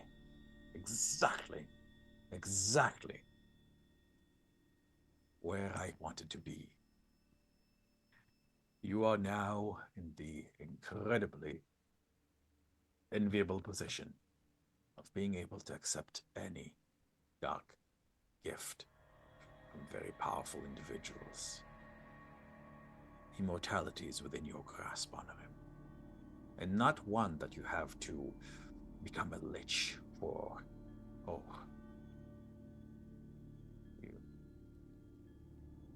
you see him like he's even though he's like a memory spirit, like he's kind of trying to compose himself as he's like,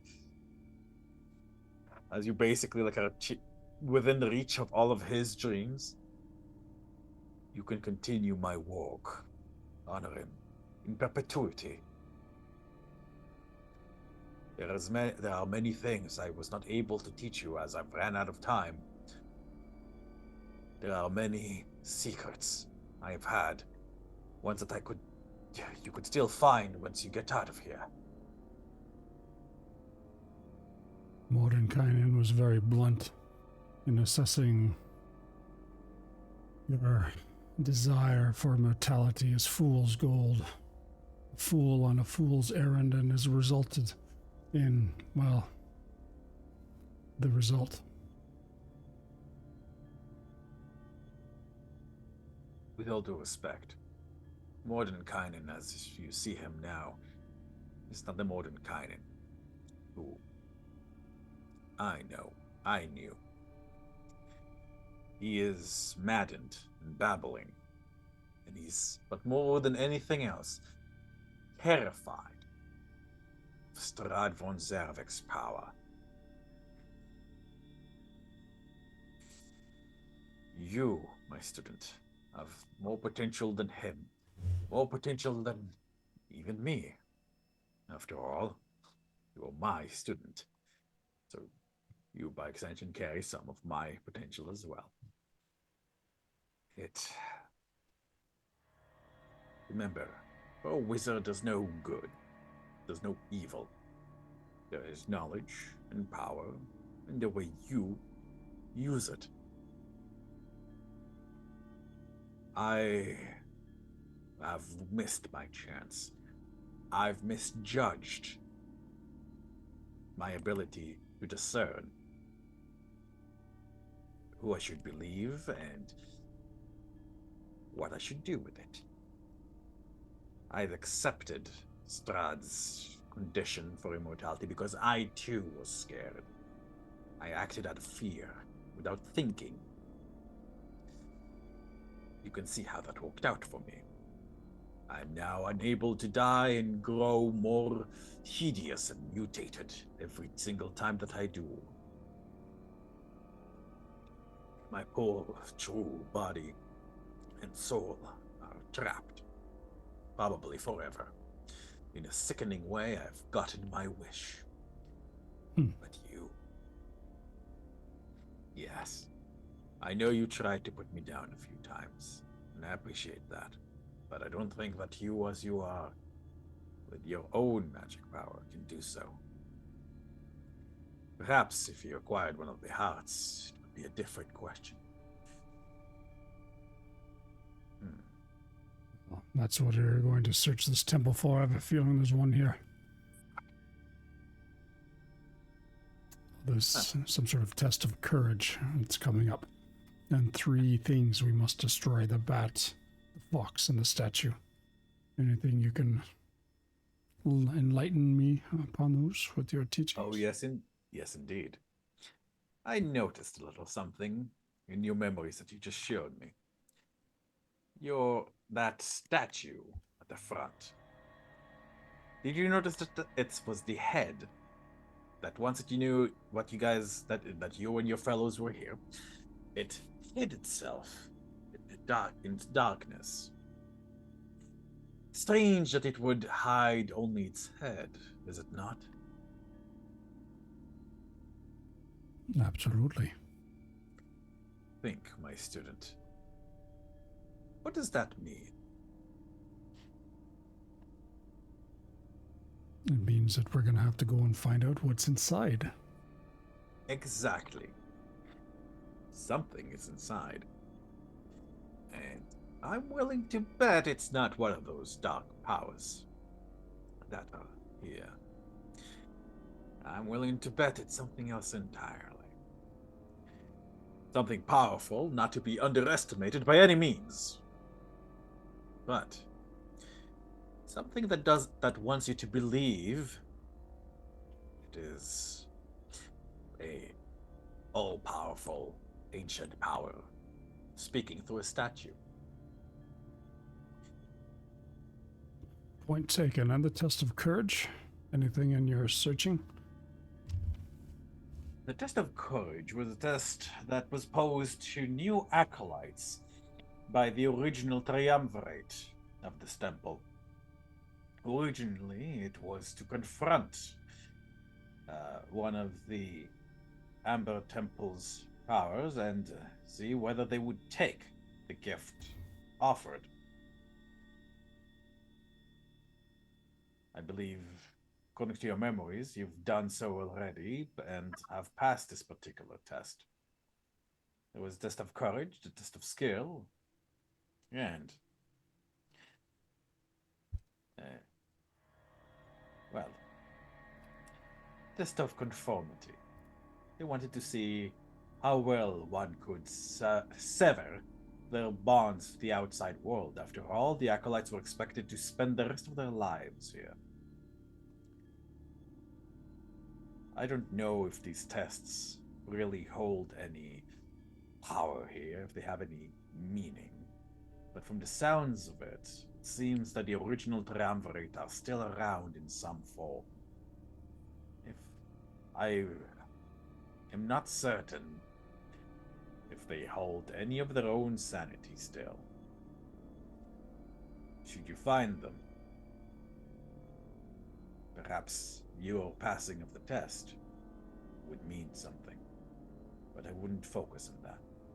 What I would focus on is protecting yourselves from the dangers of this place. It seems that what I believed to have been a place that was built to suppress evil and would stand the test of time is not so. The Guardians became corrupted by the things they were guarding. Keep a watchful eye.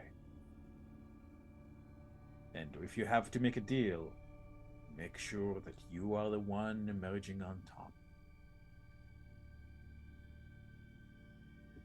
Remember, you are the one with the position of power here. They've been stuck for a very long time. You could Fair enough. probably... Fiends and the like always think they're smarter than mortals. He chuckles. Now, I think we both know that that's not always true, now, is it? Well, thank you for your guidance in this matter. I apologize for the length between visits. It's hard to find time. It's all right. I've been quite enjoying being able to catch up on some of my books. Thankfully, I thought ahead and in order to prevent my memory cell from going insane and instilled the ring with most of my library. If you have any more questions or require your advice, don't forget your old man. And once again, remember, the dark gift of immortality. You should take. Being able to be immortal while keeping your original body. Not even elves, not even liches, not even Vecna could do that.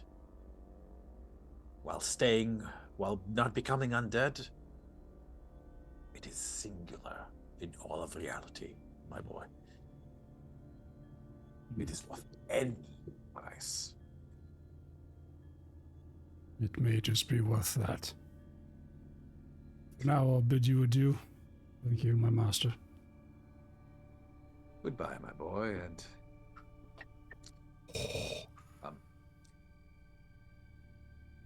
you congratulate the young woman on the breaking of her curse. Sorry if that was unclear. That perhaps you didn't recognize it, but I did from your memories. That's exactly what happened. He broke the curse on her. I'll be sure to let her know. That worm of his might be worth another look. With that, he gives you a nod and reinserts the hookah into his mouth and leans back. And as he leans back, like you blink and find yourself once again here.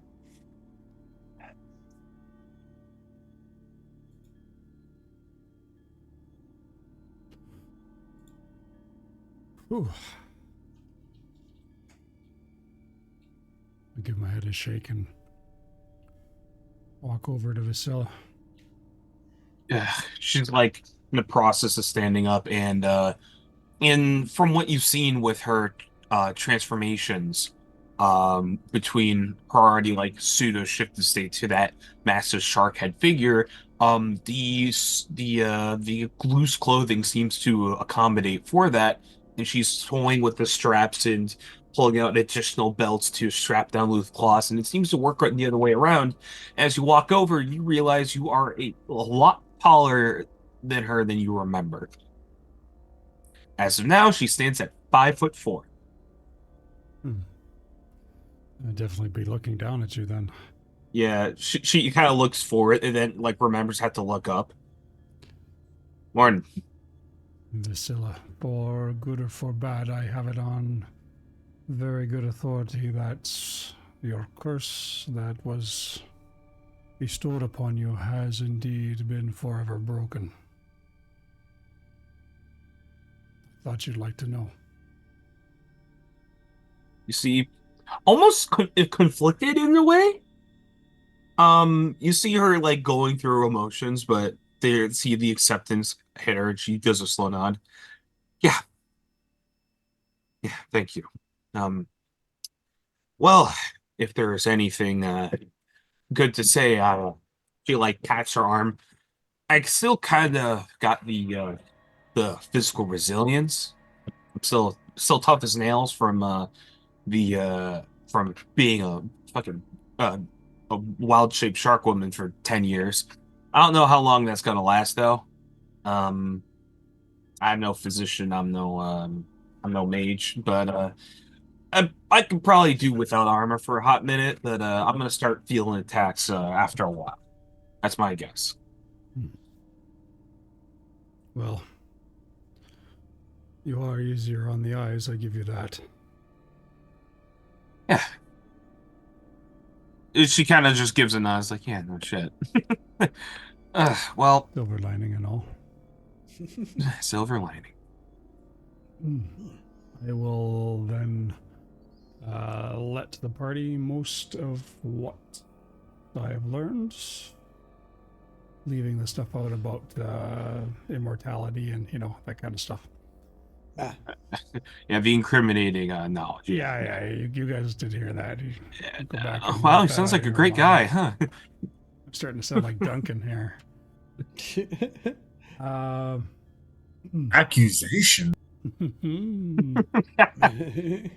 The tests, do they mean anything interesting? So the spiders are the statue's head. I say we go for it and clear it up one way or the other this morning.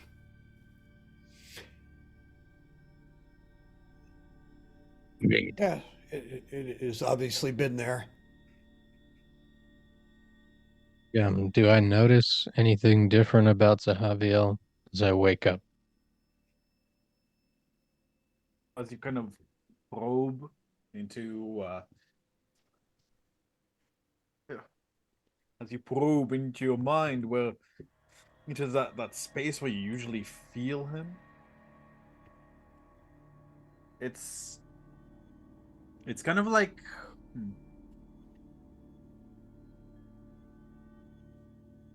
it's a very deep sleep that he is in. Like, in your mind's eye, there's like this red egg with three halos in concentric circles above it.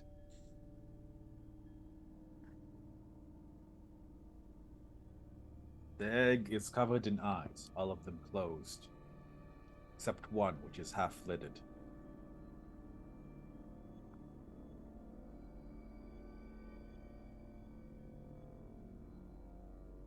I just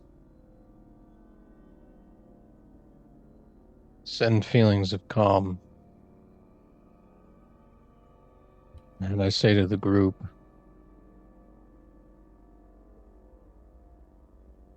Great sacrifice. Kind of looks over. Wait, what? He says I can resurrect.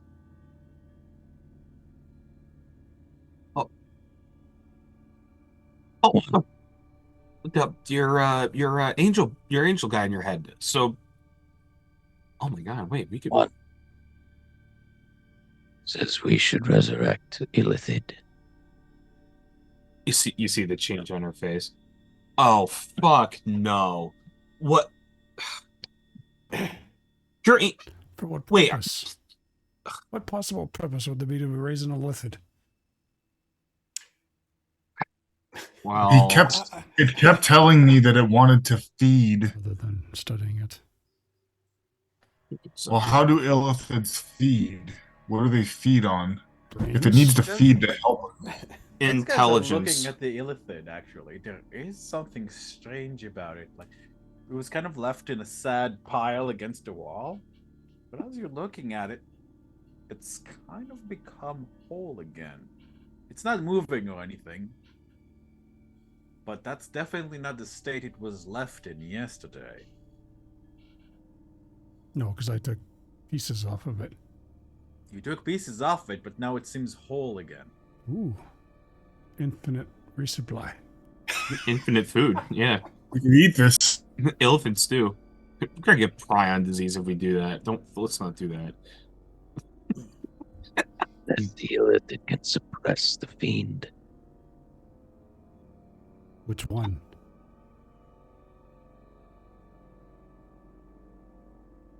Did he say? He gave you any Well, indication? Which fiend? How many It said the fiends are? one in the. Well, doesn't matter. DM, he told me which one, right? The big guy, not the three, not one of the three that were He going to face. simply he mentioned the one that he felt the fiendish presence from the statue's head. Yes, He that's what he mentioned that, told like, me he as well. doesn't think you guys are equal to it, I- as you guys are. The fox, the bat, and the statue. Is the statue, whatever's in the head, is that one of the fiends that we need to defeat to get out? That's what the Illithid was telling me it wanted to destroy. Ugh. If Why are we assuming it's two fiends? It could be a fiend and something else. Fuck. Illithids aren't fiends, and they're pretty tied up in this. God knows what else is here. Mm-hmm.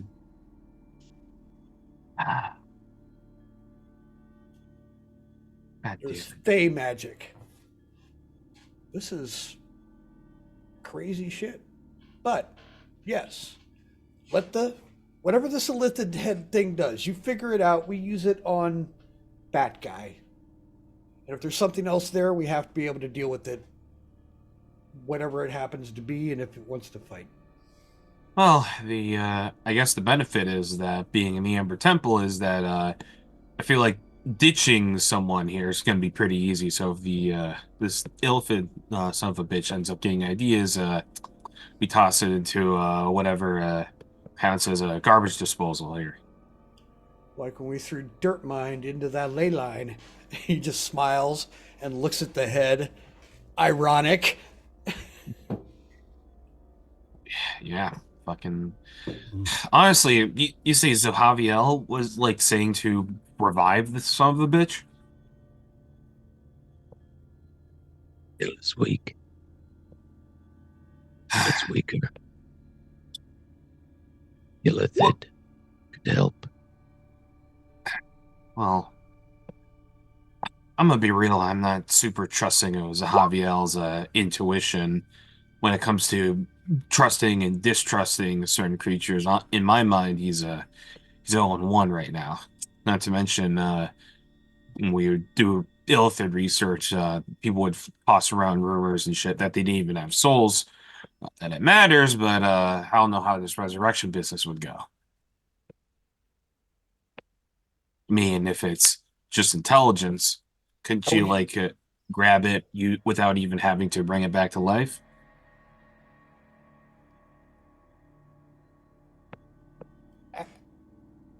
Yo, Professor. Has he been paying He attention? kind of gets to up from where he was poking it with a wand. Have you been paying attention to what we're talking about here? I'm sorry, I'm in the middle of a scientific Experiment. expedition. Brainstorming, Speak to meeting me, of young man. minds. Oh, come on. And I quickly kind of reiterate, just like it's a puzzle with data. What is this? What are you pointing at when you're saying, what is this? The Illithid head. And I'm like, this thing. What has it got to do with that statue out there? Well, that statue is clearly of a very big dog. It's angry and it barks at you when it sees you. Don't you know to stay away from big dogs? I hate pit bulls. And this is, this is a slab of meat. I suppose you could use the slab of meat to distract the big dog and to go around it. I like See this- dogs. You see Vasilla, like, at the mention of, like, an amusingly practical answer. You see her, like, shrug, like, no, that makes sense. That checks out. In fact, I miss my dog. What did I call him here? Barnabas. Barnabas. Yes, yeah. Like it kind of waves his hands, and it sounds like it kind of sounds like he's casting a spell. You guys see like a bunch of smoke materializes, and you guys see a huge mastiff-like dog materialize of it. I'm still on the main map, by the way. Oh, my apologies. There it is. Oh my god. Kind of growls at you momentarily, Fisk, before settling down at his master's feet. What the fuck? Ah, there is a good Barnabas. This is my son. Barnabas, say hello to the nice people. He's 5 years old. They grow up so fast. Here, why don't you let your mother brush your head for a moment? He places the worm on top of the dog's head. Tarmigen's Dog goes, packing up like he's fucking leaving. You see Tarmigen just packing all his gear up like, yep, it's time. Yeah, you know this spell, by the way. You've heard of the spell. This it's called Mordenkainen's Faithful Hound. And in fact, Honor him, the spell Melchior taught you, the one where you have your familiar guard you, like borrows some of it for a moment. This spell is pretty good, and this could be a very helpful companion on your path in the temple. Also, sorry. Tomagen, you've never really examined that book you got off. I know. I was going to say I was about to hand it to Honorim. This he looks at it with a lot of temptation in his eyes, and hands it to Honorim. Like, this one looks fun, buddy. Right. Honorim, this is definitely a magical tome of some sort. It doesn't look like a spell book. Why don't you could give me an Arcana check to see if you can recognize what it is.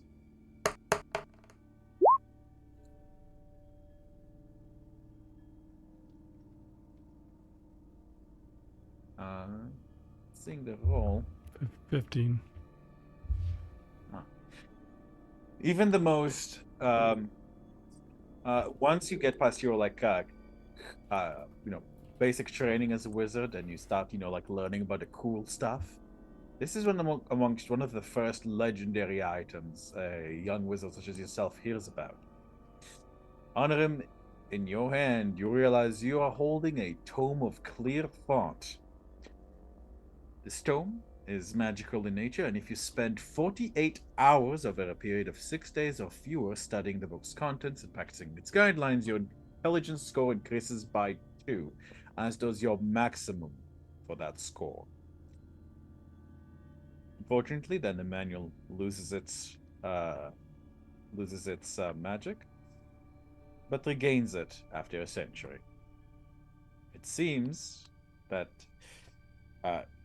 this manual will regain its magic in exactly 2 days.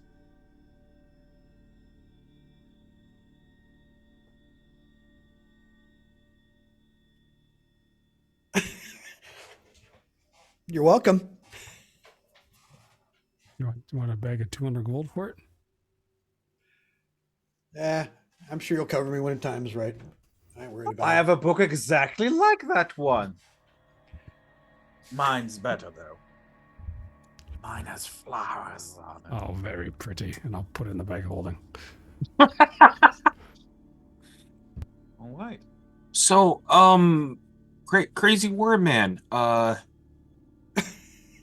He doesn't turn to you. It doesn't turn to you like Kind of like for a moment, he's like, "Wait, who's she talking to?" Okay, he nudges. What? He nudges on him. I think she's talking to you. I thought she was talking to you. I mean, one of us is. Well, she said crazy war man, and that's clearly not me. Oh my god. She's gonna point to like Mordenkainen. All right. Just give me a straight answer, and please, if you got a brain cell left in there, just work. What spell did you cast on me? I've never met you before in my life. I have no money. Leave me alone. Wait. What spell did you cast on the big blue shark lady?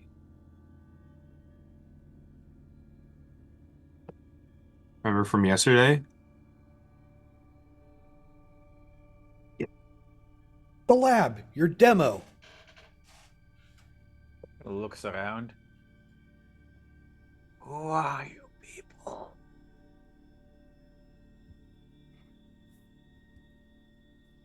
He doesn't seem to remember Vasilla. Oh, at least he doesn't seem to recognize anything that has happened that has done that. He literally just went, "Who are you people?" As he looks around, as if seeing you all for the first time. Well, I guess it resets. That's Yes. probably why he's... Students, Master Mordenkainen, you are teaching us how to summon the Dog of Protection. Right, thank you. Yes. Let me see. Oh.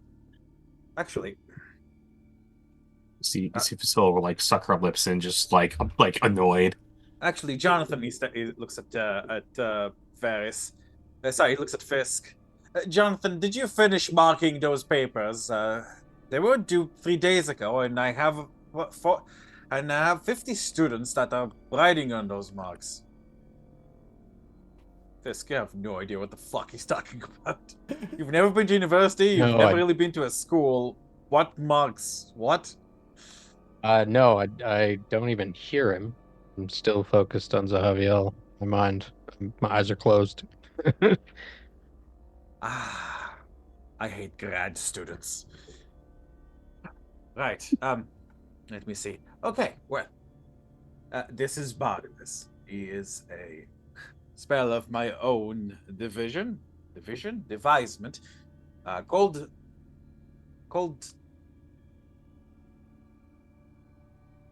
Faithful Hound. Can't think. I remember there was more to it, but I cannot remember. Faithful Hound. Barnabas here is a beautiful boy, a good boy. Barnabas, like it definitely seems like this hound is quite intelligent, but isn't really capable of doing too much for him. Well, the hound can summon Barnabas to be invisible, or you can see him with your eyes that you have, unless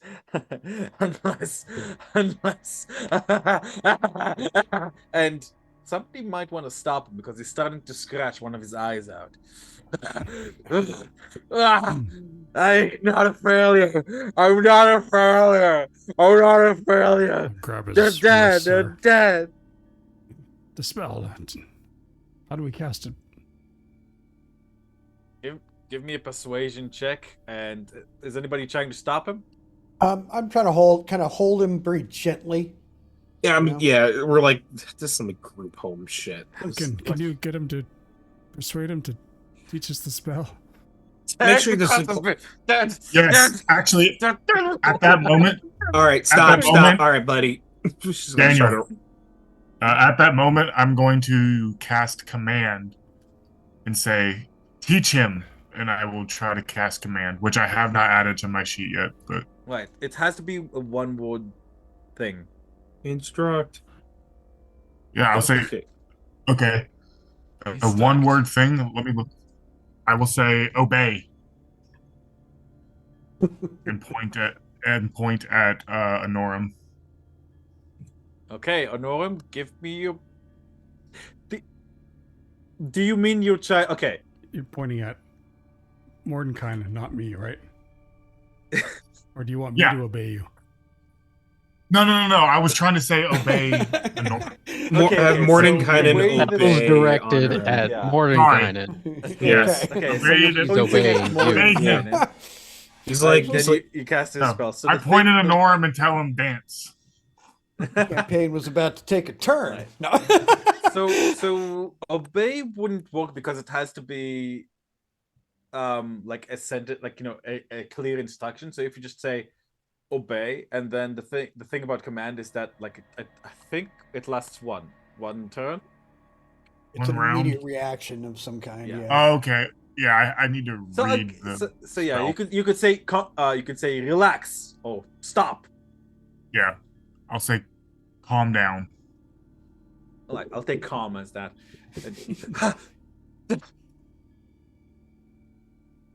You guys see real genuine tears in his eyes. Thankfully, he didn't manage to claw his eyes out, but there's very nasty scratches, like going like this over it, and like there's a bit of blood like in his eye, like he damaged his humor there a little bit.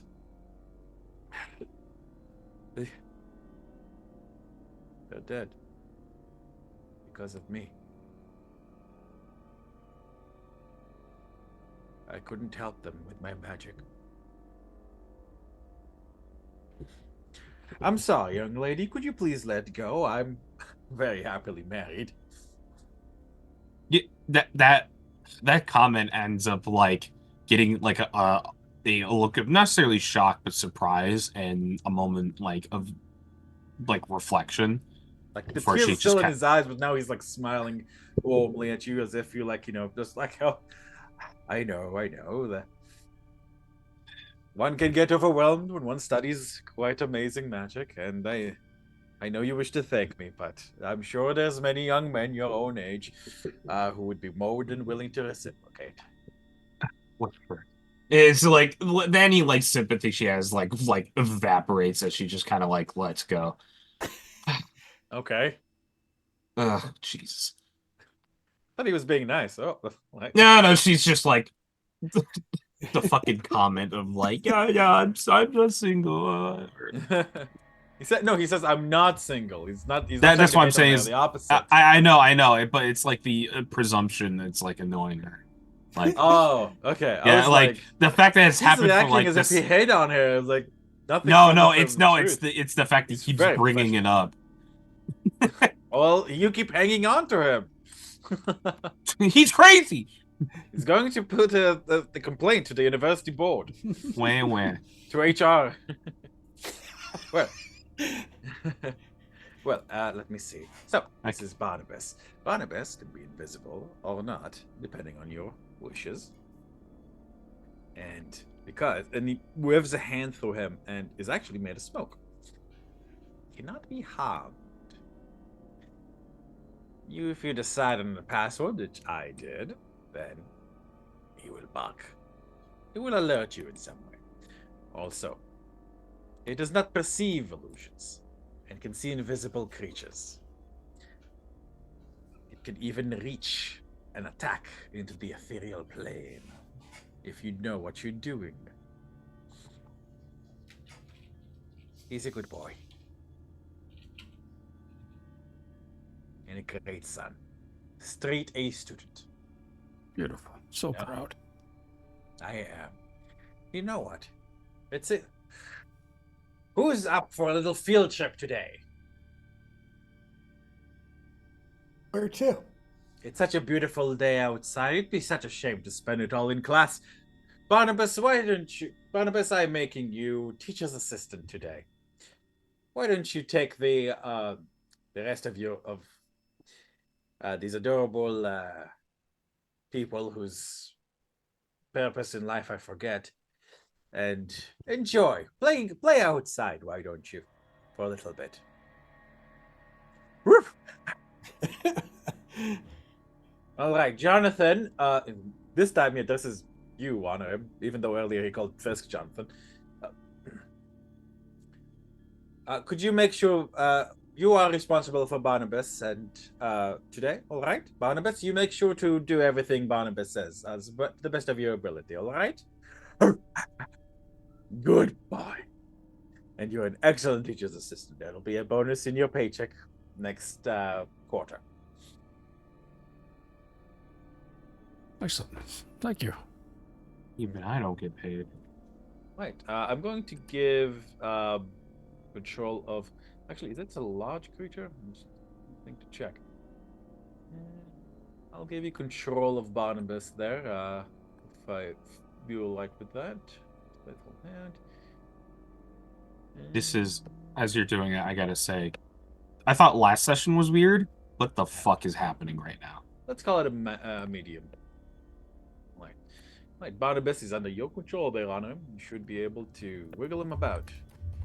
I'm looking back and forth between this big dog and Fisk. It kind of like looks at Fisk like, but it seems to, it obeys Anirim's order. As Anirim, you kind of like experimentally like point here and there, and then it follows where you wish.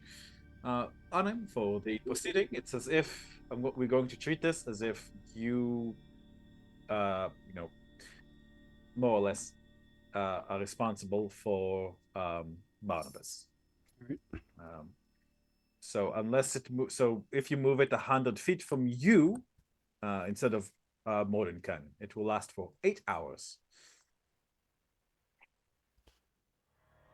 And it is up to you to keep him visible or invisible. All right. All right. Barnabas dutifully follows the party as you guys consume whatever breakfast you can stomach down your stomachs. And This is our bassoon replacement. Mordenkainen returns to poking at the Illithid head. Poke, poke, poke, poke. And muttering to his wife. All right, guys. As you have gotten refreshed from your long rest and armed with new knowledge, any preparations you guys want to do before you get out of the room, or any discussions of what the plan is? If I'm eyeballing it, looking. if I'm eyeballing it, do I think that this large griffin's gonna fit through the door? Through the door, yeah. Okay. In fact, in general, like this place seems like it could have accommodated him. Maybe there's like a couple of smaller doors it wouldn't, but it's mostly fine. So in this moment of respite, Duncan's gonna look at the group and say, "Another day in the temple. Who knows what's gonna happen?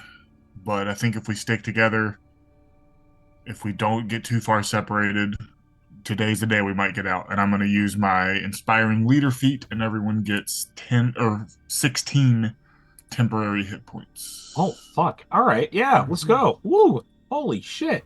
How many was that? 16. 16. I'd love to take that feat in 16 the future and like have a character flavor it as like a stand-up routine. That'd be great. Only it's like Carrot Top, and you're just pulling out props and Oh God. Like an illusionist who's like doing No. sentences. and you're a necromancer, so you're actually using all of your like thralls as Yeah. to create yeah, an entire one man. Yeah, it's just like, and I'd like to bring the special guest up to the stage. That man's mother. Come on out. Funny That'd you be- should say that. Talking, so- he's like he dogs on hecklers by just summoning their parents. I pinged you something really quick before we do anything. That brings a whole new level to killing when you're doing stand-up comedy. I Um, killed him while that happens, and brought him back. For the hecklers, he can't rebuke. He just uses a cast inflict wounds on them. Or you use what is it? Tasha's hideous laughter to force everyone to laugh. that would be cool. Fisk, Honorim, Vasilla. I use 8 on you, so all 3 of you have another 5 temporary hit points. Holy shit! Those actually Hey, aren't temporary, by the way. Aid is.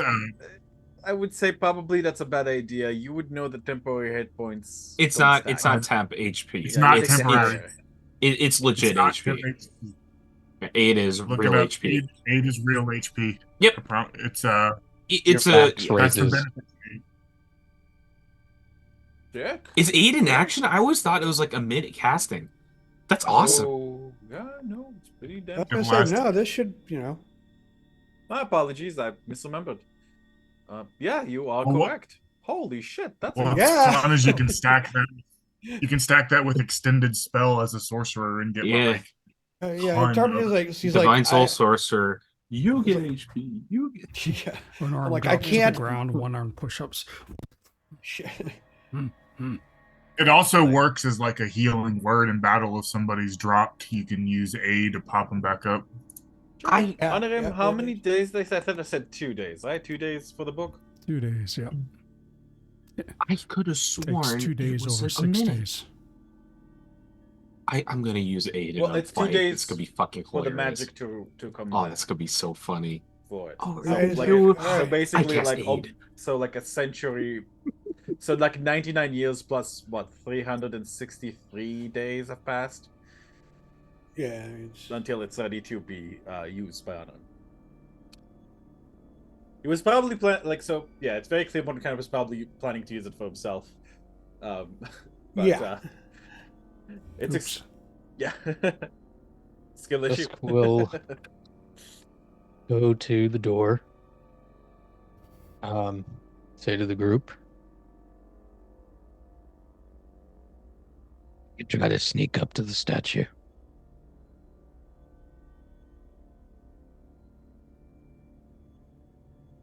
I can make you invisible. Send Barnabas with you. Right. So, quick question from the DM side: are you guys going to explore to try to go the same way you guys went yesterday? Or are you guys going to try to explore the western wing of the complex? Neither. I think we're going towards the statue. What? Just as a side note, and Duncan reaches over and scratches Aurora's beak. She can carry somebody and fly, and then you turn them invisible. Just for tactical reasons, if we ever need to fly up somewhere, get up to the ceiling, she can carry one of us. I don't know if that would work with his invisibility though. If you make her invisible, is the person riding her invisible?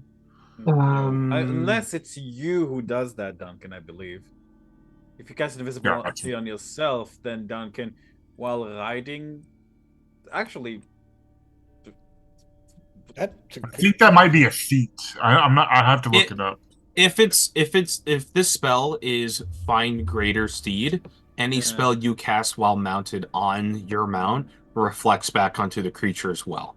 So it's really good But for it's only buffing. if it's me. It's only if Hold it's on, hold me. on. So Only if I if haven't. it's you. This disappears Gotcha. while mounted on it. While mounted on it, you can make any spell you cast that targets only you. Also, target the mount. Yeah, Okay. I would say Well, I if you can- cast invisibility while riding her, then you can make her Yes. invisible as well. Okay. Well, I can Yeah. make us invisible as well. Yeah, So I think it's the initial casting, so you could even dismount and have her Yeah. fly around and do stuff. Yeah, you could. so I could get up there with somebody else. I can be invisible. One problem. Last time we tried to touch it.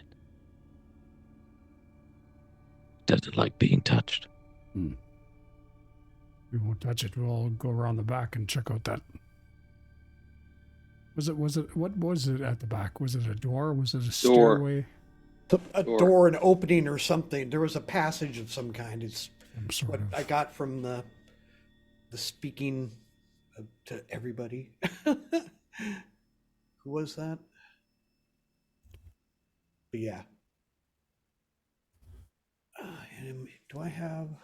Right, well, the chain lightning, we have to stay at least 40 feet apart until it casts that. Well, can it cast on us if we're invisible? Could still detect us. I'm offering to go first. If I could go, I'll go invisible on Aurora. I would Try to say, fly.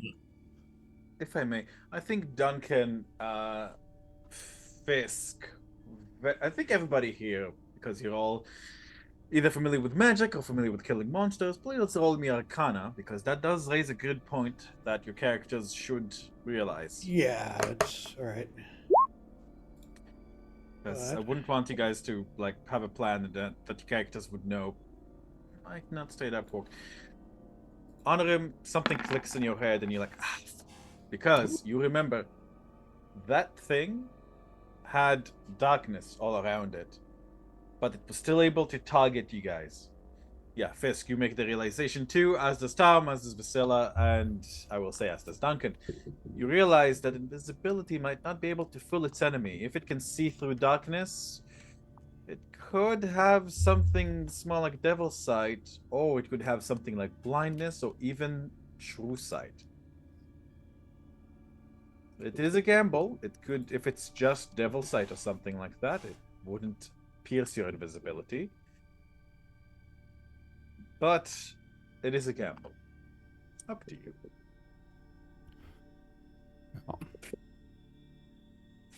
We could rush it. Who's got that Illithid head? Fisk. He's being poked by it's being poked by man, it's still dead, I should say. It's not I'm been- gonna- Yeah. I'm gonna telepathically. Do we want the Illithid head? Hold on, it's just Do we a want it? It's just a fucking cantrip. Can I pick this thing up with my mage hand? Yeah. I'm gonna try and pick it up. Goodbye, Brutus. You were a dear friend. I wish you all the luck in all the worlds.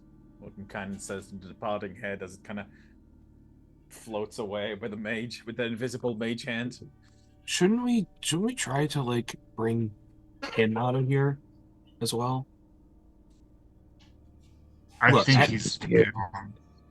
Right, good Mila, I never liked him anyways. No, never mind. No, he can leave. No, you can stay. I'm out. Fine. All right. Oh, Yeah, it's it just doesn't. You don't know if he would be consistently an advantage in battle. Could be. He's very clearly a powerful spellcaster, but yeah, that's what I'm weighing here. I guess find. Fuck. Because look, that guy. Just gonna look back to him doing. Dang, what is Warren kind of doing right now? Hey Kind of guys, I'm gonna say quietly. speaking to his warm wife. Yeah. As I look back, I'm gonna gesture to him speaking back to his worm wife, pause, and then look back. That guy, if we could make him sane, might be probably one of the biggest help we can get. And I hate saying this, because God is he annoying. This mage hand carrying an Illithid head kind of floats in front of you and went, "We wouldn't be that lucky." In Tarmagin's like ridiculous voice. She slaps it and it just goes spinning over to him. You hear like there's a wet noise as the tentacles kind of slap each other in the air. Fucking, she like I smell like just someone have like a cleaning spell or something. So the question is resurrecting the Illithid and giving us the opportunity to capture this piece of mind to possibly get art and restore Mordenkainen and possibly get him on our side of the Battle with Strahd worth it? If so, I think you have your answer to whether we should resurrect it or not. Just being logical. Oh, I know. It's just this place sucks. I'm short. If Smell we like can shit, and trust it's just what Fisk's friend says, of course. I'm gonna be real. I don't even trust him that much, but I don't trust him in the sense that he doesn't have the best record but at the same time, I think we're better off trying. Or He's at getting least, better. He yeah. tries. Well, trust me, trying doesn't mean a lot without any actual success. It's a hobby luck and hear me. Sorry, boss, but whatever. So, I think on the mode of trying, we should give it a shot. And if it doesn't work, we turn tail and get the hell out of here. If we can get some ground and I don't know, make sure this Illithid doesn't try to fuck us up, because from what it seems like, whatever it was planning or trying to do got pretty much thwarted by Strahd anyway, so. Ask your thoughts. Deal with it. Can help.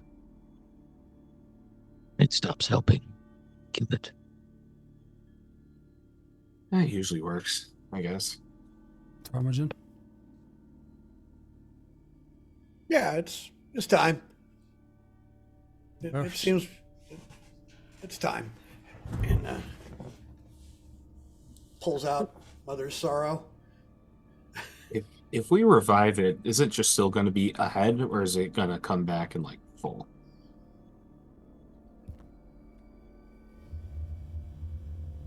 How do you We'll revive find it? out. All right. That would be what was that, Duncan? Who had the knowledge to revive? We had the Yeah, it revive would- one time. It kind of Varys walks up depends. to Varys walks up to Duncan, puts his hand around the back of his neck, and says, "Revive that motherfucker."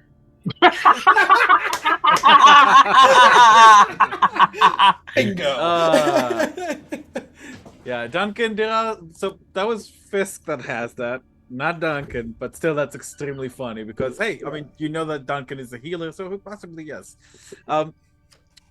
Guys, okay. So those of you, Duncan, those of you with religious backgrounds, or possibly who would know some spells like that, go ahead and give me an Arcana religion check. Up to you. So I would say that would include Fisk, that would include Duncan, that it would include Honorim, and potentially Varys if he wishes to. 17, 8, 21. Woo. Yeah, so whether or not it gets its parts back does kind of depend what exactly the spell is and whatever the hell is going on with this creature. If it is really a resurrection spell, yeah, it'll get its body back. If it's a revivify spell that somehow would affect it despite the minute thing, it probably won't. Raise dead spell?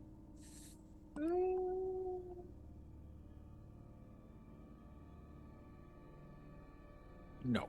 Raise dead would not happen. Raise dead, it wouldn't get its body back. But you do Then remember that it as this didn't is detect as undead when you check. Oh, sorry, what's up? nothing good. It didn't detect as undead. Even though it's just a weird disembodied head. You have no idea what the hell it counts as, or what exactly resurrection, like, you know, this kind of thing would do. Fisk, the ball is in your court, really. And I guess technically Duncan, if he has access to Raise Dead, which I don't know if he does. That's why they call him Duncan. Ball's in his court. Didn't you say Raise Dead wouldn't work? I said Raise Dead wouldn't give him his body back. That was the question. Oh, okay. Well, I would have to use a bunch of diamonds that I don't have to do that, and which means that I couldn't heal one of us if we died. So do we put one of our lives over the life of this head? Point being is if I bring this back to life, then we can't bring somebody else back to life if they die. That's just my 2 cents, but I'll go with what the group wants. Wait, Fist. Did Zahavio really say we should burn our only like revive on this son of a bitch?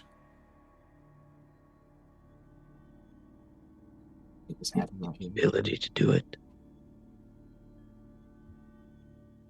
Oh, he gave you the ability? Great sacrifice to do it. Oh, Only do it once.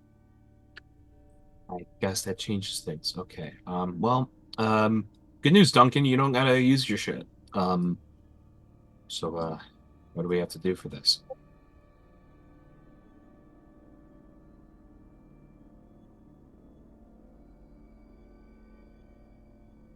I feel like intuition would kind of take over, and Fisk would just motion to put it on the ground. Yeah, I'd And just kind of hover it into its open spot in front of Fisk. This is his to The do. illithid head, like it's kind of dangling from like one of its two horns from the invisible mage hand. in front of me in the ground, not on me. Okay. Ah, Um, and I will put my hand and just touch it with a single claw, and a yellow light falls through my hand. And I'll use what Zahaviel gave me. all right.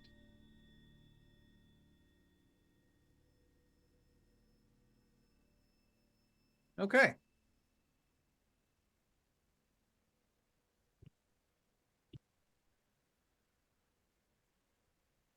You guys watch as the yellow golden light suffuses the head.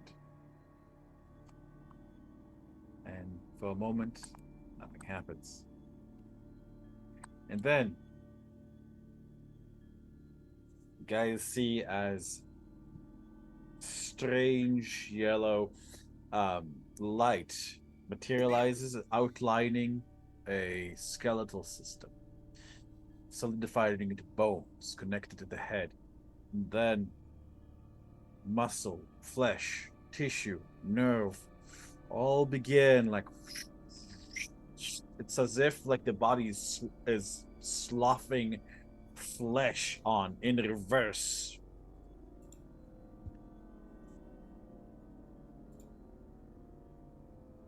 Let me see. As it's being put together, Squill just stand over the body this close to its face, waiting for it to form. It is instantaneous. And it is instantaneous. And you see the eyes slowly open. It has grown a full body. And all of you immediately feels terrible, intense fury. Like he doesn't get up, but the psychic fury that he's feeling of you guys having killed him is palpable. It feels like somebody placed a lead weight on the back of your skull. However, Fisk, you said you were putting a spear or something on him? No, I am just standing over him about this far from his face as he's lying there on the floor. As soon as he opens his eyes, he sees my eyes. I say to him, Stops helping us. We kill it again. Javier asked us to bring you back. So you are. But waste it. and I get off. You can feel its alien mind probing all of yours. Except you, Tomagen. I believe you're wearing your helmet. Of course. I'm so jealous of that helmet right now. It feels like something squiggling around your frontal cortexes. You can tell it's reading your thoughts, your memories. At least at least skimming the surface like a lazy hand someone in a boat's put in a river. It slowly, without pushing itself up, it levitates. Then levitates and then a little bit more. You all hear in your minds, you have slain me once. When I was weak, when I was helpless. I offered my help, and you did what you did. I am now full and whole in body.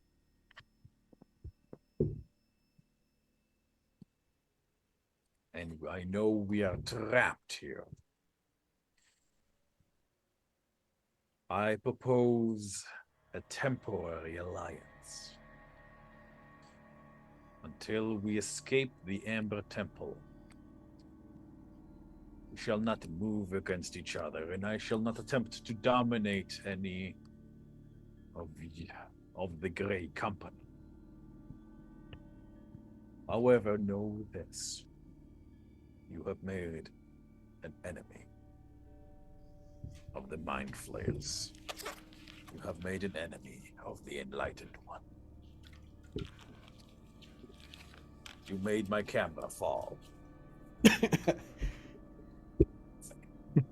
What with psychic powers?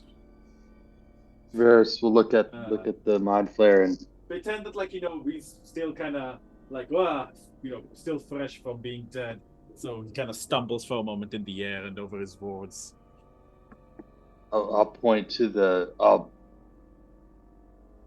point to my my quiver and tap my arrows and just say, you better adhere to this little deal that you want to make, or that'll happen again. Remember it. Remember that this time, I am not helpless. My psychic powers are in full force. He makes you hear it in his mind, and he puts a fist, and you see the bench in front of you, Varys, just kind of picks up and crumples into and it drops to the floor as an extremely condensed wooden ball the size of your fist. A bench 3 people could have sat on, about the size of my couch over here, is now the ball the size of your fist. No, not Daniel's couch. I'll kill you for that.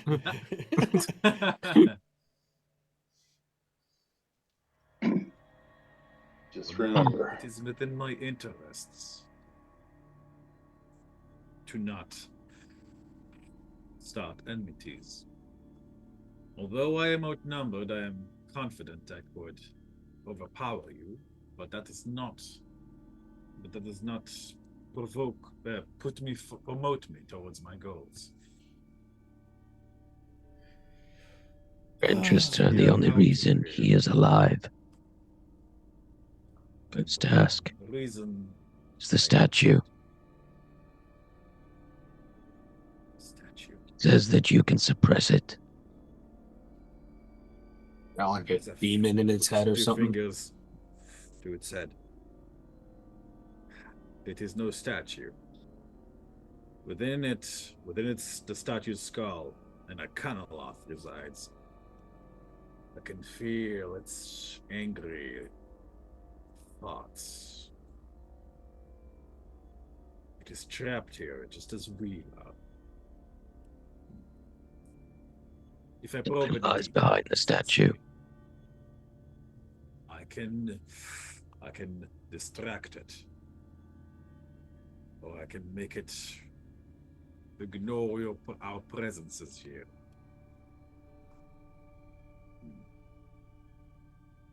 It is a powerful foe. And it has the advantage of many traps and preparations it has made in case it was directly attacked. But I can distract it. It would be no issue. I only need to rely on its fears, hatreds, and desires. It is nothing to a mind flare.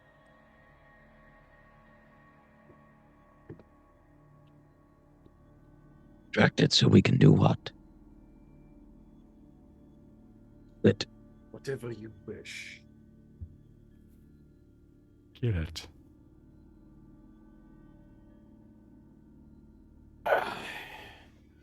Well, we could distract it, and then what do we do?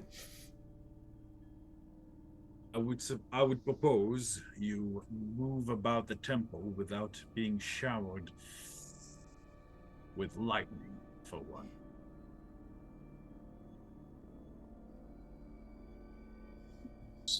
Western side. If you attack it, it would give you advantage on it, but I would propose finding a way to get it out of the statue's head first, as that would break my domination of it, if you did.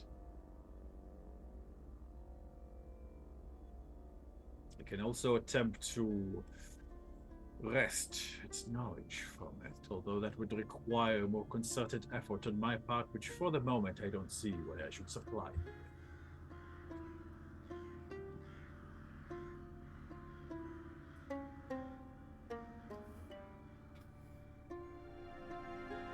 It folds its fingers in front of itself and raises its helmeted head so that the horns, and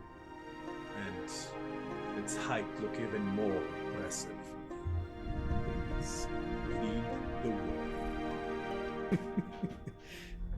And with that, we will end tonight's session of the Curse of Strahd. Party has acquired 2 new allies of a sort. And some changes And now we undergone. and now we level up because Daniel's camera's frozen. So technically, I can't see him saying no.